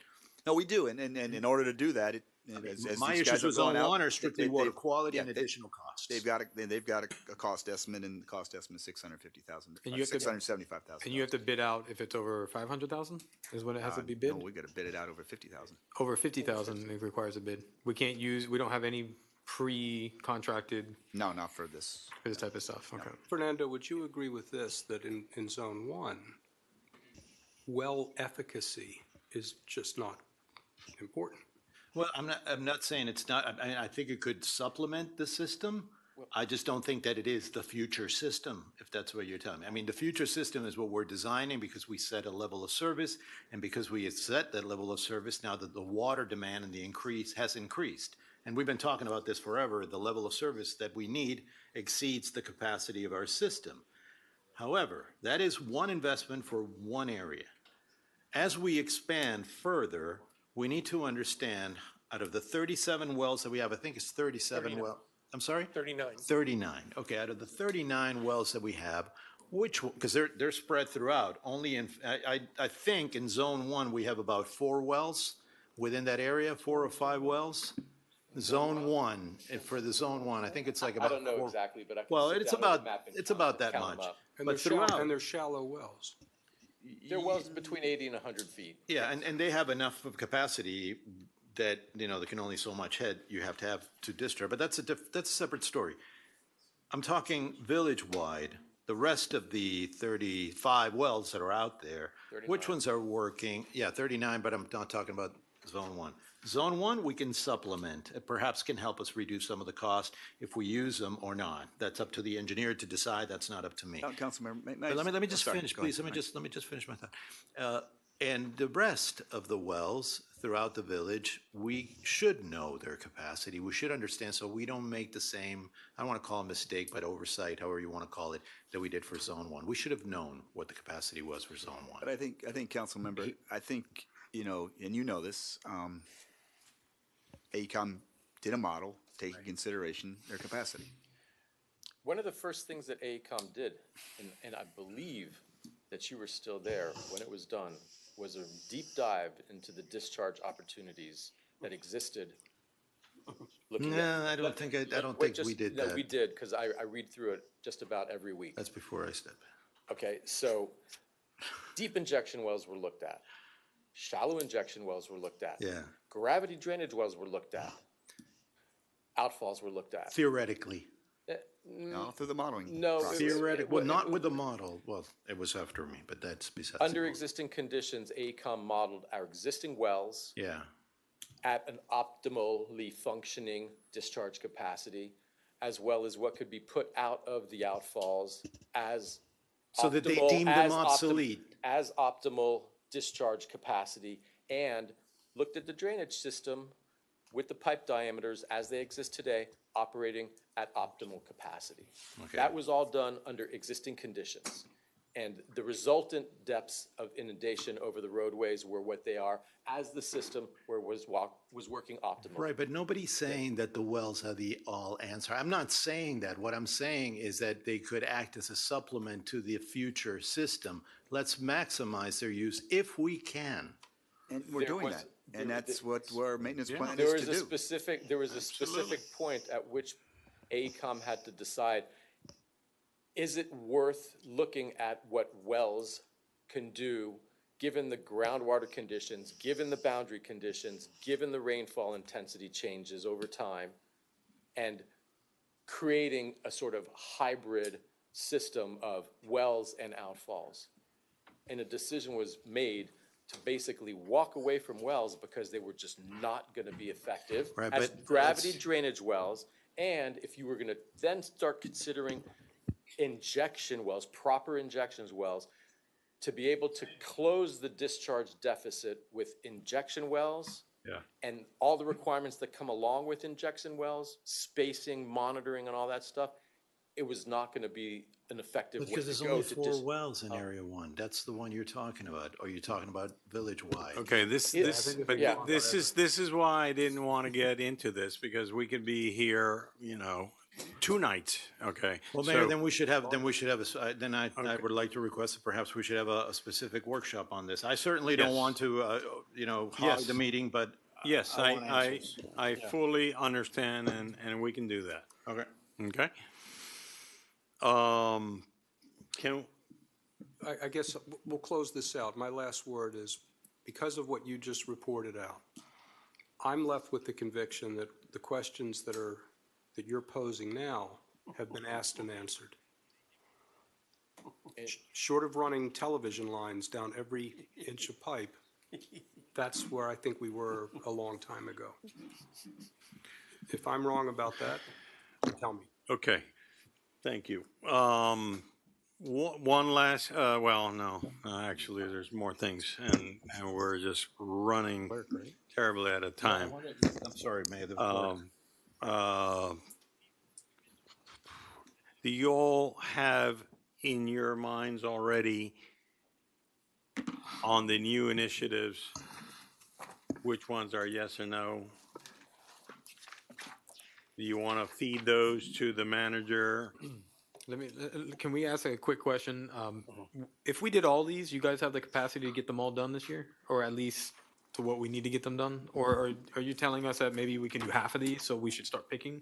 I just want to make sure. Is this? Let's run that. No, you know, obviously the fire truck is a purchase. Okay. The second one is, you know, our public works director working with FPL.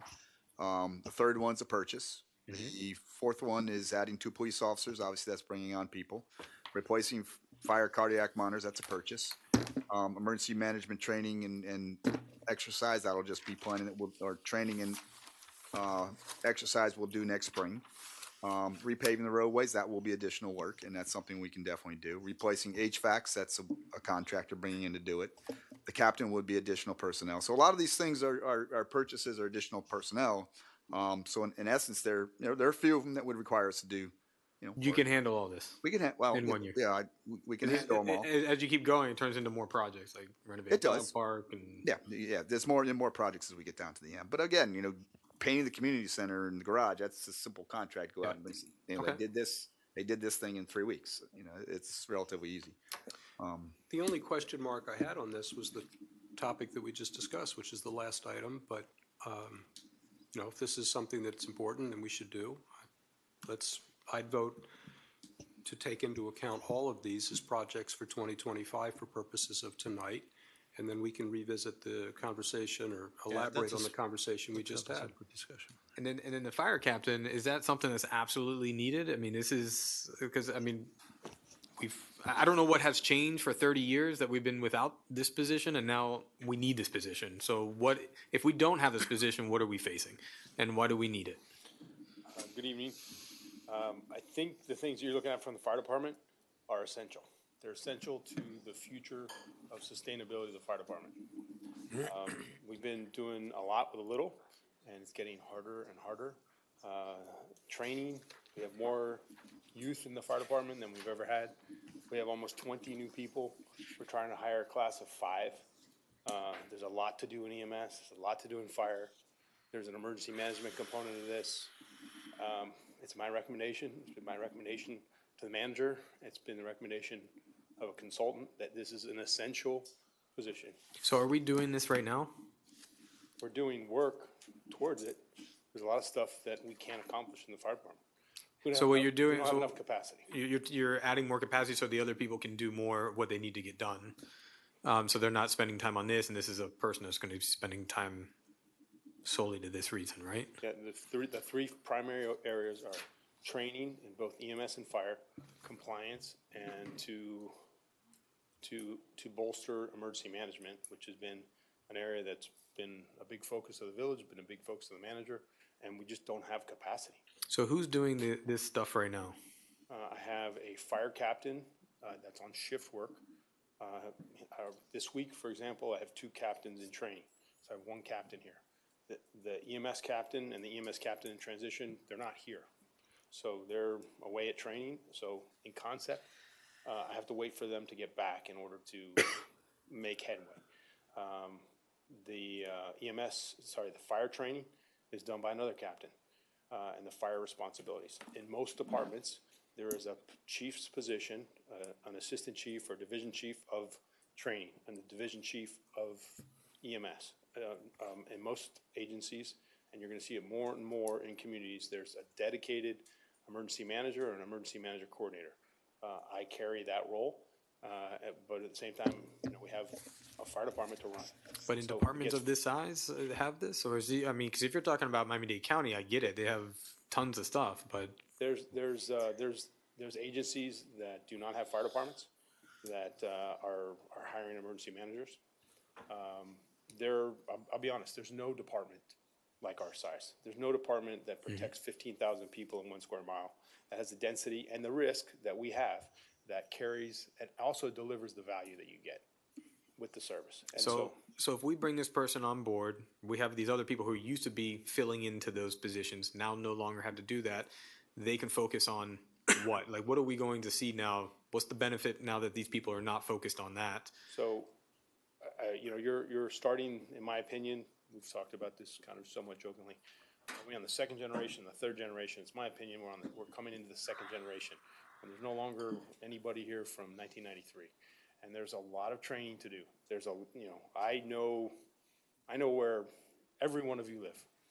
I could probably run there faster than most people, if I can still run. But and I know this. We know the buildings inside and out because we brought a lot of these buildings out of the ground. The knowledge of the buildings, the knowledge of firefighting techniques, the EMS, what's required to be a paramedic today, to develop our future leaders. There's a lot of work in professional development, a lot of work in training. That's what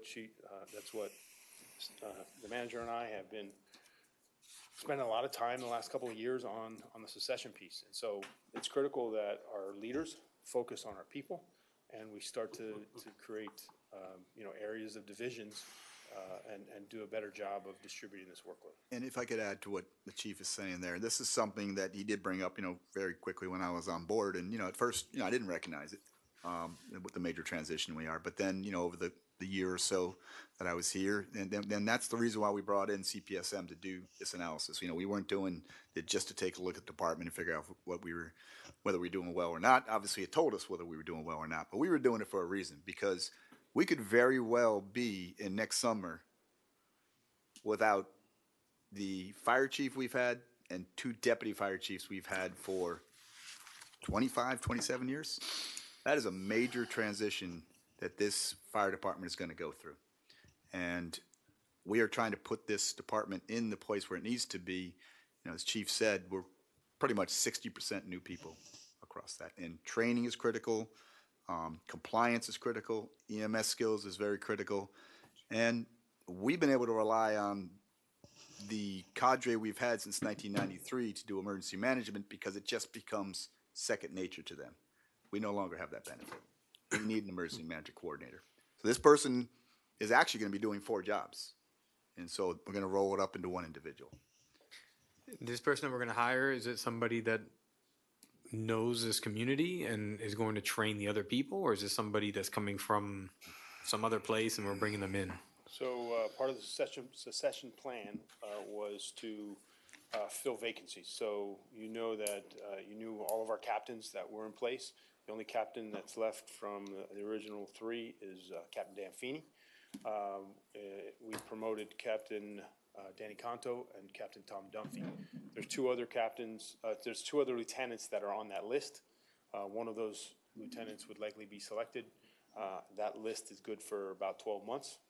And I would select one of those captains to serve in the role of what we're calling a staff captain. Okay.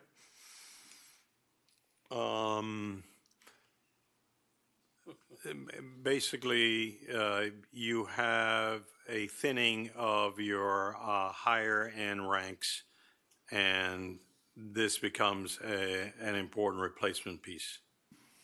Yes. Okay. Can I, how about if I do this and, everybody can chip in or add, subtract. I just want to go down the list of how I see it. Yep.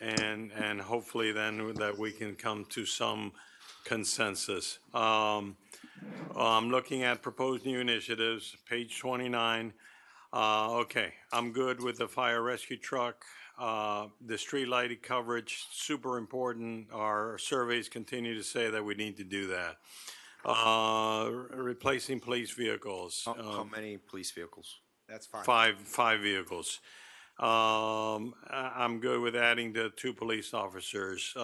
Replacing fire cardiac monitors.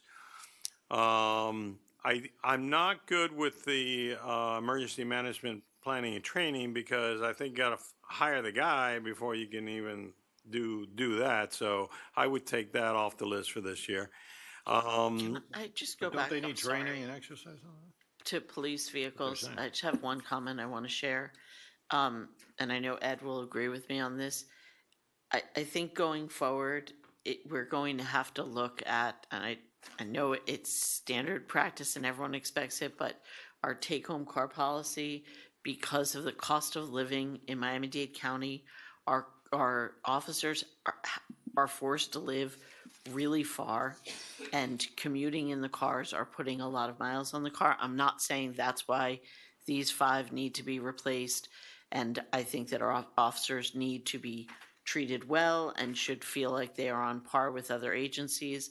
But going forward in the years to come, for those of you that'll still be here, that might be something that you need to look at and see if there's another way to sort of skin that cat. Quickly. Real quick, we, in the last collective bargaining agreement, came to an agreement with our union members to increase their contribution each year of the collective bargaining agreement to recoup some costs towards the vehicles. You are correct, a lot of our officers do live far away, but please keep in mind, our officers are off 6 months a year just based on their patrol schedule. And they're only allowed to drive their car to and from work and to and from training. So remember, our schedule does, because we work 12-hour shifts. So it's deceiving in that aspect when you look at the amount. Our cars are just very old right now. Thank you. And just in case the rest of the council did not notice, and it's slide 57 to 59, where I think you all had asked us at the budget workshop to put in our inventory and replacement policy, and so that shows it. That's the agreed policy that we have in place right now in slide 57. And then the status of our vehicles, and you can see that, we have 16, 21, 22, 24 of our vehicles are overdue based on that policy. Again, we can always revisit a policy if we want to, but we're going off our existing policy of approximately 7 years or 100,000 miles. To make a shift. And these that are overdue because of years or mileage? Probably a combination of both. That'd be my guess. One or the other. Looks like and/or. And do we know specifically, is it one area more than another that's like old or miles or one department? So I can address that. So I have police cars in my fleet that are 10 years old. So there's a combination of age and miles in it. They tick both boxes. Yeah, and just for the taxpayer that's watching, the last group of vehicles that we sold, if you did the math, it cost us $2,500 a year for each police vehicle, based on the length of time we had it and what we sold it for. That's unheard of. I'm not suggesting that's a good thing. I do think we need to recoup the vehicles quicker so we can get higher resale. We also took advantage of a post-COVID market, but it's a combination.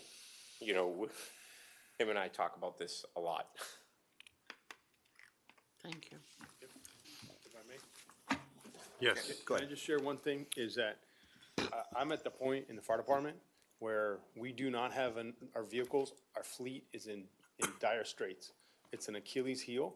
We are on the verge of not being able to deliver service.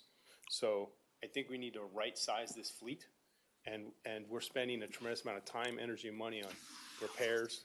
I've got 2 vehicles that currently are in the shop that are worth, the repairs are worth more than the vehicles. I think we're really throwing good money after bad vehicles. And I think we've talked a lot about metrics tonight, but what you have in front of you right now is a fire chief and a police chief who are telling you that if this village wants a certain level of service, they need equipment. That is the #1 metric, being able to do their job. Okay, thanks, Chief.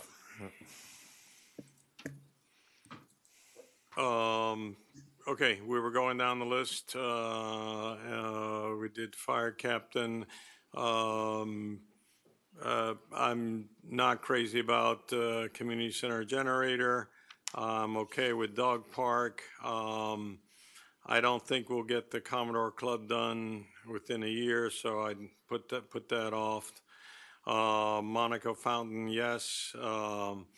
I'm partial to the electrical outlets, but if nobody really wants it, I could change my mind.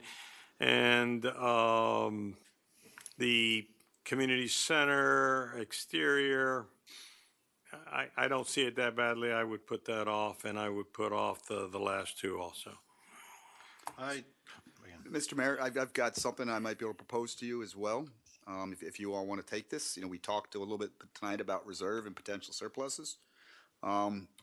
somewhere between dog park and the, paint the community center. Perhaps some of those we could look at as potential funding at mid-year. Let's look at our surplus. Let's make a decision. I don't think any of those are currently urgent right now. Probably more so than anything would be the dog park. But the rest, I think we can defer to March. March, April timeframe. Again, that's just offering, making it more simple. I think that's likely to work. Yeah. I had the question for. That's a good idea. Yeah, I marked the same 3 or 4 as question marks in my mind as well. Which ones are those, council member? Improve Commodore Club, rehabilitate Monaco Fountain, install electric outlets, and paint community center. Are those ones that you would defer? Potentially, yeah.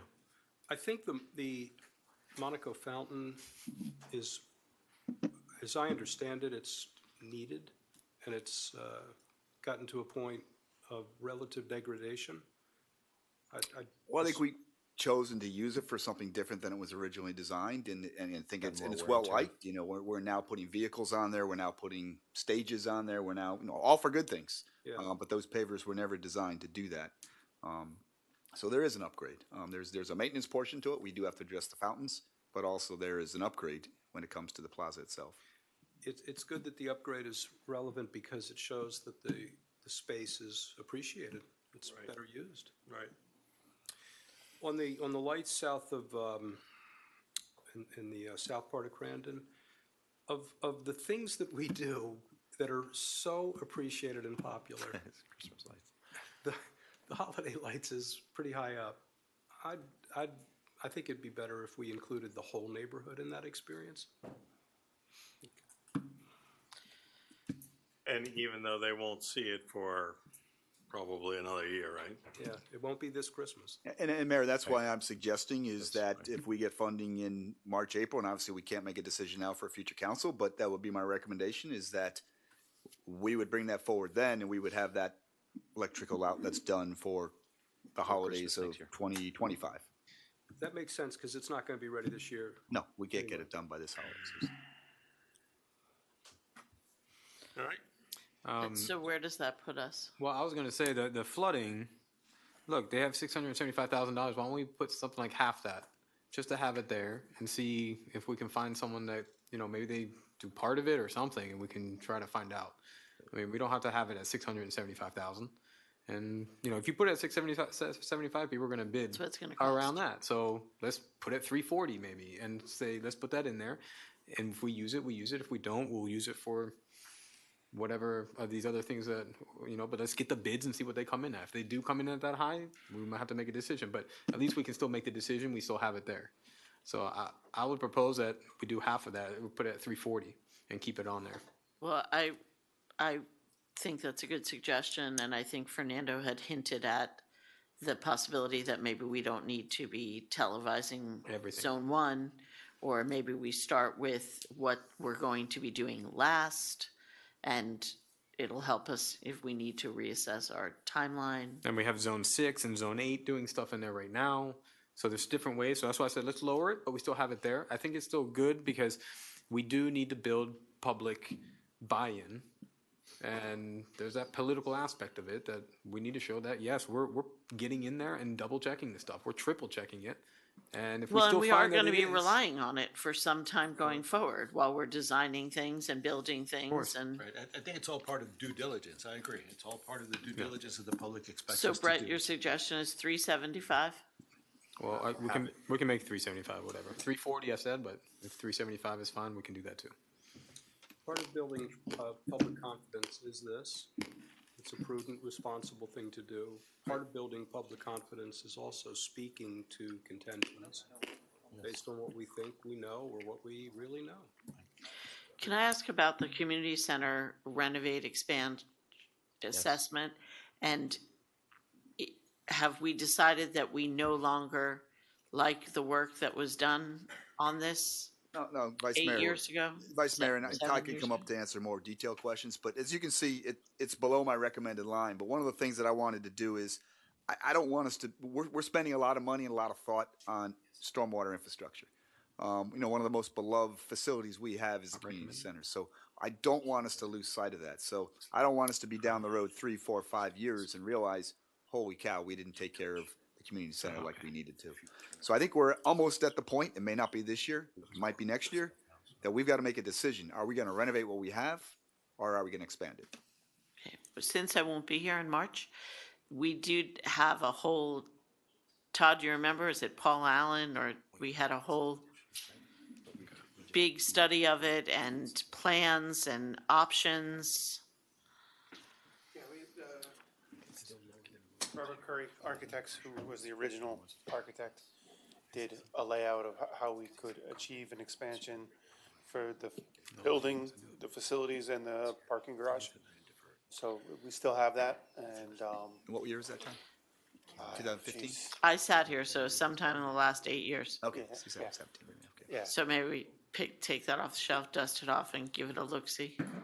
Yeah, no, I think that, I mean, the manager and I have had this conversation. Well, at one point, we're just gonna have to decide, are we gonna, like, exactly what he said, modify our existing building, take care of it, or move on with the expansion project. Wasn't it both? I remember there was part of it that involved moving the swimming pool and expanding into that footprint. That is, Yeah. that's part of what the she's talking expansion. about, That's yeah, part And of the moving the expansion. playground and, yeah, yeah. That was it. Okay. okay. Well, I've said my piece on it. Okay. Okay, Mr. Manager, you have an idea? I've got your guidance. Okay. Let us go back to work. We'll make these adjustments. We're going to talk about the clerks. Yes, yeah. and also. Yeah, let's do that. Fernando just walked out. I have thoughts on it that I'd be happy to start. All right, go ahead. Sorry, I did have one question, just on the repaving of the roadways village-wide. Yes. Can you walk, what? So what you have in front of you is the map, because I knew you were going to ask that question, council member.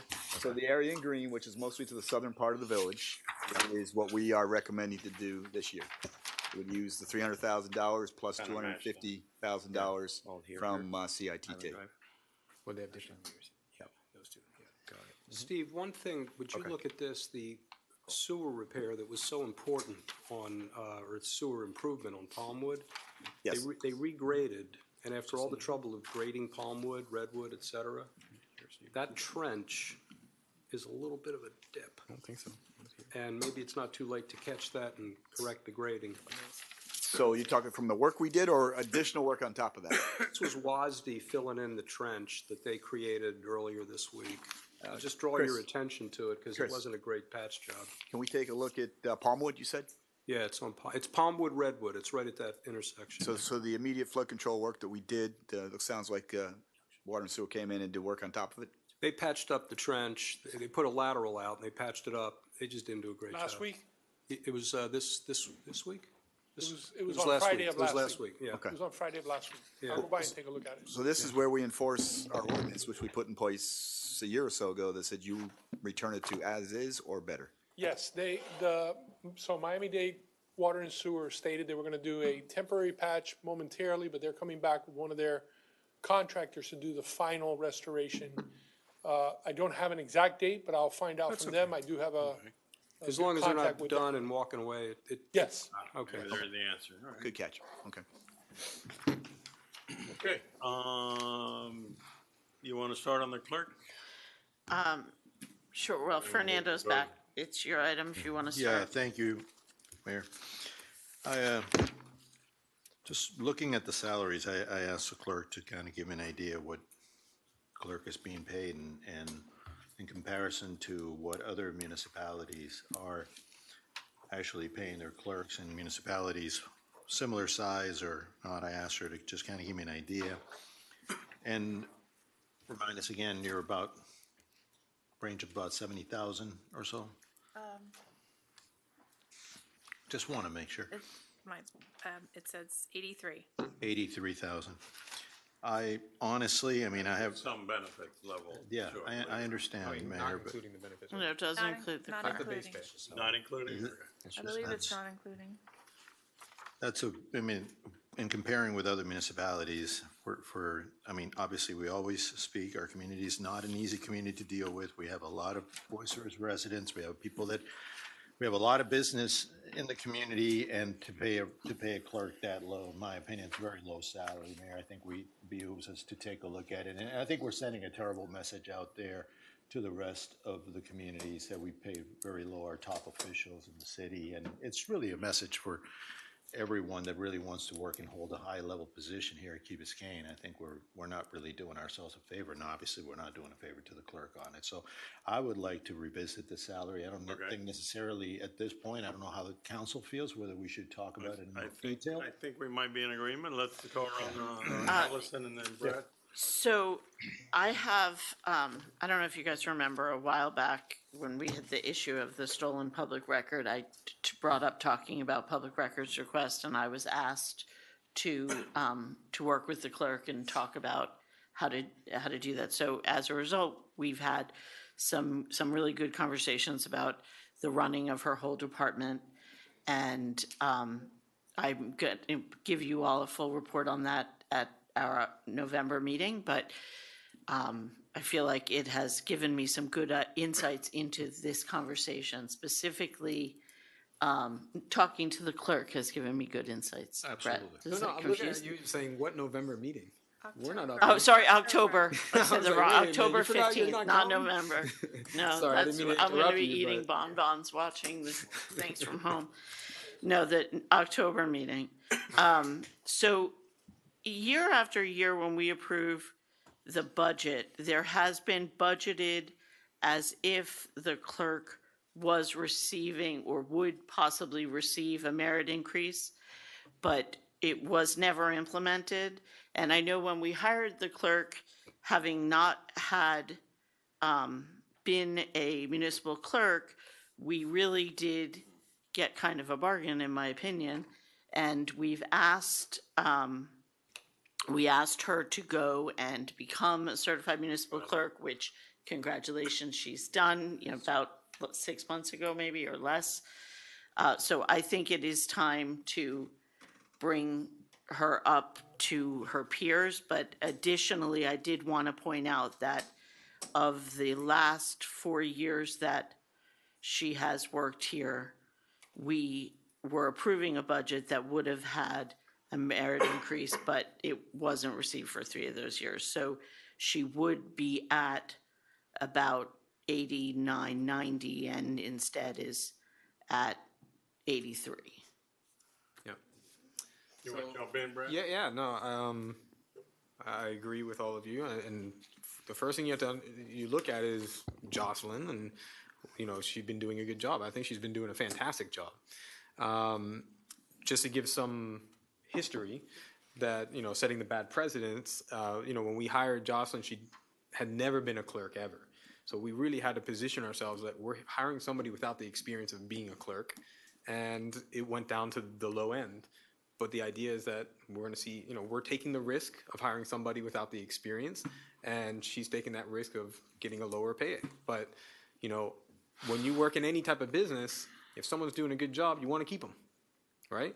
And when you want to keep them, you look at what that price goes in the market, number one, and you have to be fair about it. I mean, you can't have somebody underpaid because they will leave at some point.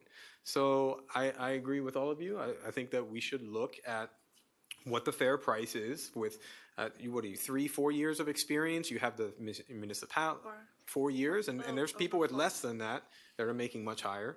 So we have to look at that and reposition her to, I think, a fair amount, Okay, Ed?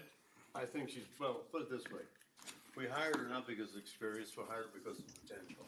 And obviously, because the potential worked out, because she's doing a good job, we're really happy with her job. Looking at the comparables of the other things, I mean, it seems criminal that she's getting less than $100,000. So I would suggest we give her at least $100,000. North of 100 for sure. I also want to commend her You mean 200? diligence. North of 100. Well, you said north. I mean, how far north? North of 100. And a car. No, in a limousine. Yeah, and I think it really hits the point of what you're saying, that, we don't want folks to leave just because they can get a better salary somewhere else, and that's certainly. Well, now we're talking about fair. We don't want to lose her. We don't want want to be fair. So period, let's just do it. Why don't we? Hold on. Frank wanted to speak, and then we can. I'll go to you. agreement, not just to prevent anybody from leaving, but we're supposed to be about equity and fairness and doing the right thing. We speak about this in our CBA analysis all the time, recognizing what market is part of it, recognizing too what we think is right and fair, and also rewarding accomplishments and performance and so forth. The only thing I would add, other than supporting a raise and benchmarking it, I think, against the peer cities is going to be a little bit difficult because they're all over the board. Some of the variables are duration. Some of the durations of municipal clerks in some of our peer cities are upwards of 25 years. Well, you sent the list around. We can see what those are. But there's a sweet spot number that's somewhere north of where you were, but close to that, I think. The thing I would add is that we have a responsibility to evaluate and to help, to coach, to have your ear and to have your back and to help you succeed. And we could do a better job at that annually and frequently as necessary. So I think the baseline, thank you for making that calculation, Allison, for the years of the merit, kind of an automated merit increase. I think that's a good baseline. Certainly it should be more than that, but I think in conversations I've had with Jocelyn, it goes along the lines with what Frank was saying about a review process. We don't really have one established or a protocol. And we've talked a little bit about putting the onus on Jocelyn on letting us know how she is making her own department more efficient. So at the lack of potentially spending more money on more help, what are the things that she's put in place in order to make it more efficient that actually saves us money, but it lets her grow and develop as well? So we have a standing meeting to schedule, I think, for next week. We were aiming for this Friday, actually. Yes? Next Friday. This Friday. This Friday, to kind of go through a protocol of what a review process might look like and give her the opportunity to set up her own KPIs on the side of accountability, which is what we mentioned earlier today, so that she can actually measure herself. Because I don't think it's fair for her to kind of just be at a whim and decide arbitrarily what that merit increase should be. Moreover, it should be not only a minimum merit increase annually based on cost of living, et cetera, but also what are the things she's brought to the table. And giving her that opportunity to take that onus is going to allow her to really develop her department. And this is just, I think, standard practice in any business when it comes to merit increases and how that should be set up. But I really want the responsibility to be on Jocelyn because I think she's the one that's going to help tell us how to make her department more efficient. And I think she has all the skill sets to be able to do that. Brett?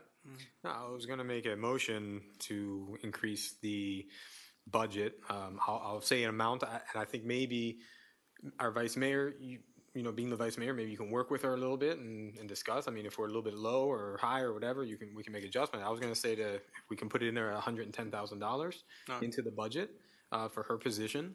And have our vice mayor work with Jocelyn to see if that's okay, and you kind of work the negotiation. You can come back, and I think there's enough room there. I don't think it's going to be far off if we need to move some stuff around.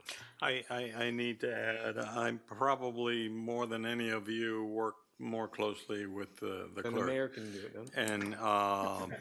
I got enough on my plate. Okay.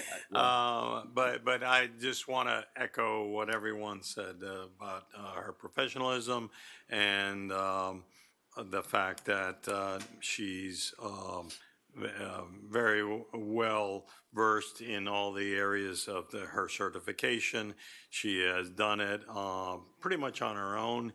And I agree with Oscar. Yeah, we need to do a better job of working with her on that evaluation. But I'm very supportive of the motion made by Brett.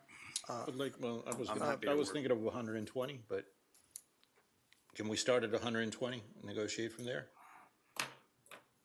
When you started a number, I'm looking at some of these numbers here that are from other municipalities.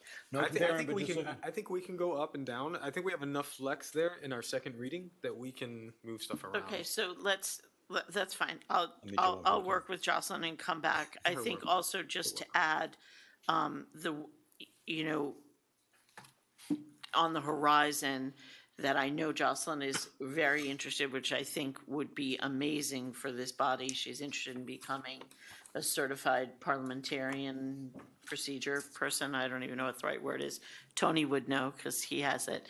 But I think that that's another opportunity in the future for her to realize an additional bump, if you will. So Jocelyn and I will get together and talk about what we want to do for this budget and maybe a plan going forward and bring it back for the second budget hearing.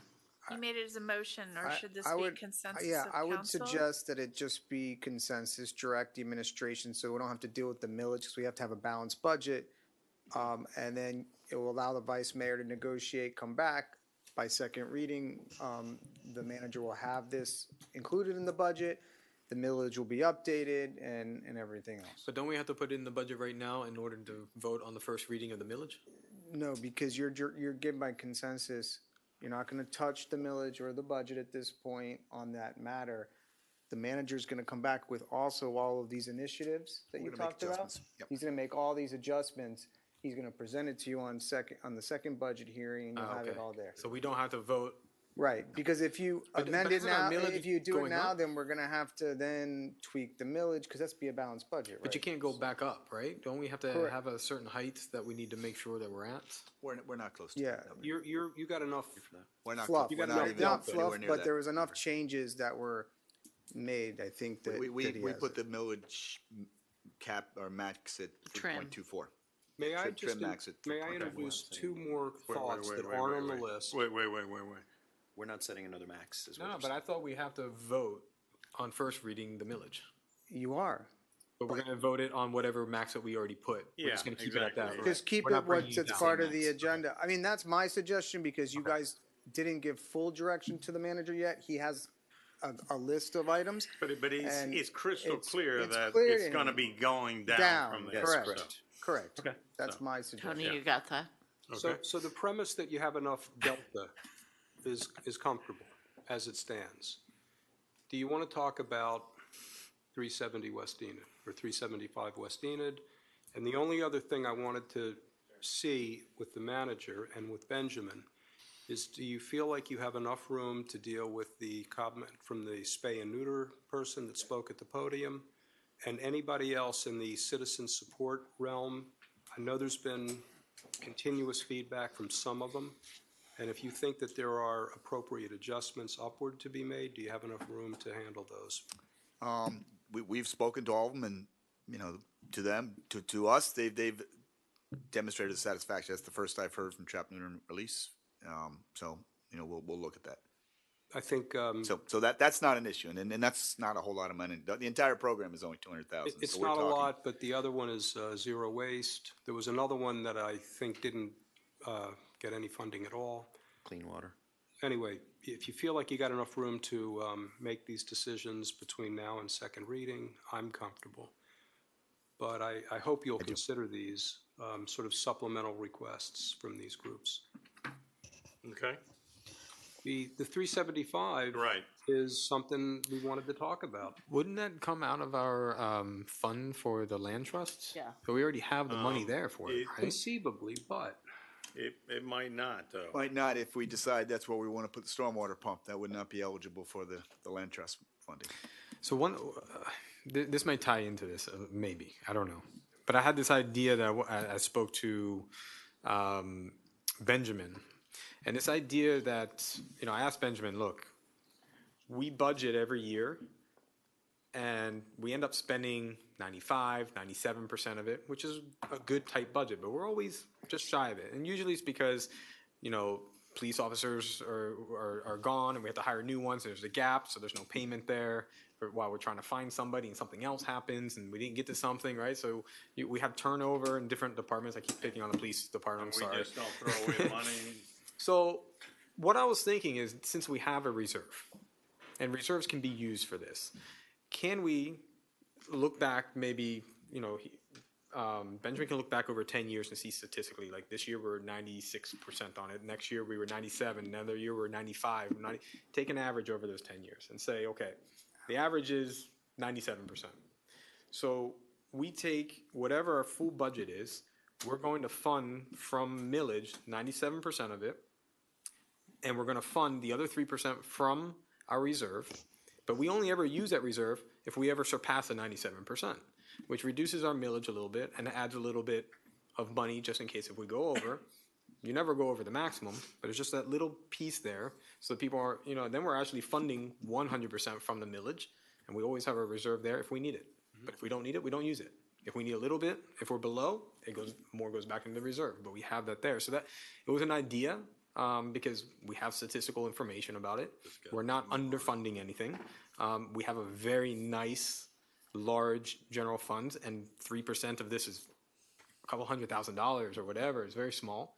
But it is what we see almost every year. We never get to 100%, ever. So it's just an idea. Okay. We may want to look at that. Following up on your idea, which I think merits looking into, I would say that that purchase seems to me to have merit because of its proximity to an existing piece that we own, whether we use it one way or the other. I would propose that we have the manager look into ways that we could, maybe we could take, I thought you were heading as, maybe we take the money out of reserves and. Well, it could be. That's what I'm starting to think, like, where, if we need to do it, we have reserves to do it. It may not that we have to put it in the budget right now. So there's different things that we could do. I have a question. We do, just Mayor, just to be clear, we have to make a decision by the end of September. This current contract where it stands, if we're talking about 375 West Enid, we gotta have a decision made by the end of this month. Yeah, and what I'm saying is come back to us, whether it's at the budget or if it needs to be closer as to, are there ways that we can do this? Can we do it from reserve? Can we do part from reserve, part from debt? And I guess, inherent in that, I'd like to hear from you, because this is a budget item, and this is part of our strategic plan, is that, are you all in on this issue? Are you okay with it? Do you think? No, I'm not 100% in on it, because we really got to see what we're doing. I think it's a brand new house that was just built on that. We're going to demolish that. We have to see what strategies that going to play into. Is this something that we really need to do? It's kind of wasteful to see a brand new house just be put into the landfill. Just to have a piece of land to do what, right? So we have to look at those things carefully. That's why I was thinking reserve might be the better place, because if we do find that, yes, this is something, why is September 30th the decision on that? Well, that's underneath the current contract. It's a contingent contract. Oh, they contract. have it on September 30th. It's a contingent contract. Right, so it's got to be done by the end of this month. Okay, so. That doesn't mean it may not come back around some other day, but right now the current agreement in place is a contingent contract. Yeah, so I'm not 100% with it. Okay. It may be that we need it if they can make the argument, yeah. Right. The reason I think this is as meritorious as I do has more to do, is because of where it is, first of all. But it might have more to do with the preservation of Harbor Park. As a park. The utilization of this property for the purpose that is the ancillary purpose slated for Harbor Park potentially negates what was intended for Harbor Park when it was acquired. And maybe potentially is too fluffy a word. Explain that. The structure that would be put on that property would dominate. Which structure? The pumps. The pump That's going to be structure. underground. Most No. The there's part that's above ground. 30% of it is above ground. And it's a big structure. Now, when this park was acquired, I don't think anybody projected the dimension of the structure and the installation that was going to be required. Work proceeds, we've iterated thoughts, now we have a better idea, and the image, the visual of what that thing is going to look like on that property exceeds where we thought it was going to be 4 years ago. If we acquire this property, all of that degradation effect is eliminated because the structure could go next door. What size structure is going to be on the park? Above ground? So, Sorry? yeah, it's 1,000 square feet, and it's rectilinear. It's roughly 50 by 20. Maybe it's 24 by 40 something. So it's basically going to be on, it has to be 24 by 40 type thing, Something like that, yeah. rather than long and skinny. How tall?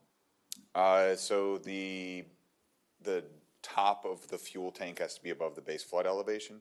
So it's like a story and a half, roughly. Yes, we talk about Big boy. Yeah, 15 to it's 20 not, feet. it's not 2 stories, not full 2 stories, but it's, Story and a half. you know, it's a structure, definitely is. But it's, you know, you're talking about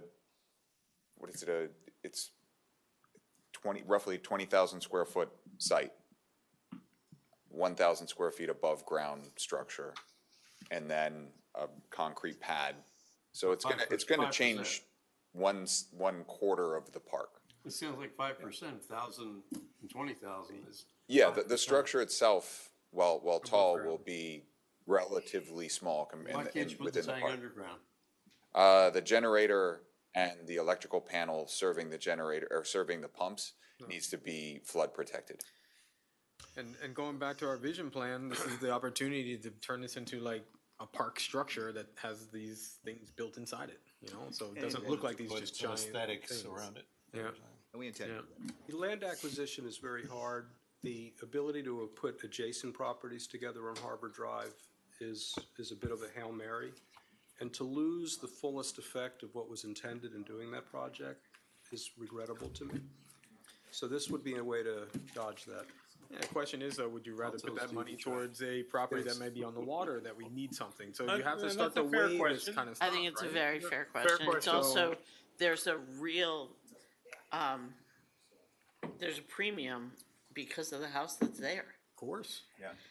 And it goes in And- the garbage, and it goes in the trash landfill. Yeah. But by contrast, I love, as you all know, the acquisition of 200 Harbor Drive was a dream.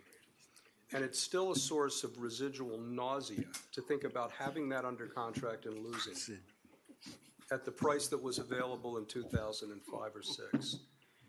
The problem now is, if you put this in terms of an either-or, the inequivalence of 200 Harbor, for example, as a bayfront lot, as a bayfront park, it's, what, 5 times as expensive?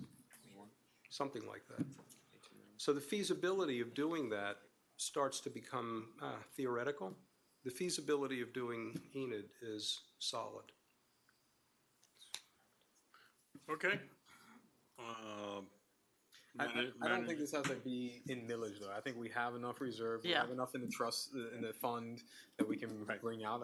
I don't think it needs to be in this. But I budget. think it's the consensus is have the manager see, you know, what options are available if we want to pull the trigger on it by the end of the month. I agree with there are reserves. Yeah, 5 million is gonna be in reserve at the end of this. And, you know, yeah, for the carryover for this year, makes that easy. 5.5 next year. Oh, but this is what, 4 million for this? It's close to 5 million now. Oh, for the Enid, yeah. Yeah. I think so. All right, so we got an idea here. All right.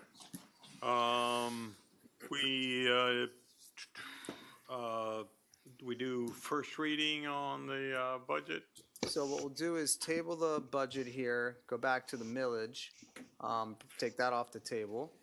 We'll just open it up for hearing because we didn't on the millage yet. And then I need to just read the percentage increase over and then we'll Okay. vote on the millage and the budget. I move to table the budget. Second. All those in favor? Aye. Aye. Aye. Opposed? Is Motion there carries. anyone who wanted to speaking on the millage? We have to untable the millage. I'll move to untable the village. Millage. Let's say All those in village. favor? Aye. Opposed? Motion carries. My counselor reminds me we need to have another open public hearing on it. Public hearing is open on the millage resolution. Seeing no one come forward, public hearing is closed. I'd like to make a comment, Mayor, really quick on the millage. So some people came up and spoke about the 7% increase and this is going to increase their taxes. They have to understand that I believe most of the people that are coming up and speaking are probably homesteaded in. And I believe that we're actually reducing the millage of what it was last year. And the maximum that can actually increase is 3% of your value of your property. So if we actually had the exact same millage from last year to this year, your taxes could only go up 3%. The idea that we're reducing our millage means that you're going to be paying less than 3% if you're homesteaded. If you're not homesteaded, that's where it's going to hit you. So just to make that clear for a lot of people who are on fixed income, maybe lived here for a long time, you're going to be under 3% this year. Excuse me, And- aren't, but 67% or 73% not homesteaded? No, it's like, I think it's like 48% are homesteaded, or what was it, 47%? I think it's Closer to 30. 39%? 39% homesteaded. Are homesteaded. Yeah. Are homesteaded. Yeah. Correct. So 60-some percent. Yeah. Well, no, because you have the commercial, so it's, Okay. But people are not homesteaded because it's their second home, it's a rental. I mean, there's other reasons why you'd not be homesteaded. But if this is your primary home, great you should be clarification. homesteaded. But I just want to make that clear because a couple Yes. people came up and spoke about it. Yes. I hope that makes them feel better. All right, you next need go to up read, Just gotta read the one sentence and then you guys can go. So the rollback rate is 2.8372 mils and the proposed millage rate is 3.0378 mils, which is 0.2006 or 7.07% over the rollback rate. It's on the floor for you Propose guys. the rollback rate. no, we're just keeping it as it is, and we're gonna lower it next time, okay? Okay. Seriously, I mean. Fine. First yeah, reading. Yeah. On the rollback rate, it's the resolution, right? All those in favor? Aye. Opposed? So the motion was on the resolution as presented. Right. Okay. Yes. And then now we need the budget. I move to untable the budget. Second. All those in favor? Aye. Opposed? Motion carries. Call the roll? We need a public For- hearing? This is, We already held the public hearing on the budget. Right before at the beginning, we did it. So, Yep. budget ordinance and first reading. Councilmember Kaplan. Yes. No, I'm sorry. Councilmember Kaplan. Councilmember London. No. Thank you. Vice Mayor McCormick. Yes. Councilmember Moss. Yes. Councilmember Sardinius. Yes. Councilmember Vasquez. Yes. And Mayor Roscoe. Yes. The ordinance is approved on first reading. Move to adjourn? Second. All those in favor say aye. Aye. We're adjourned. Thank you all.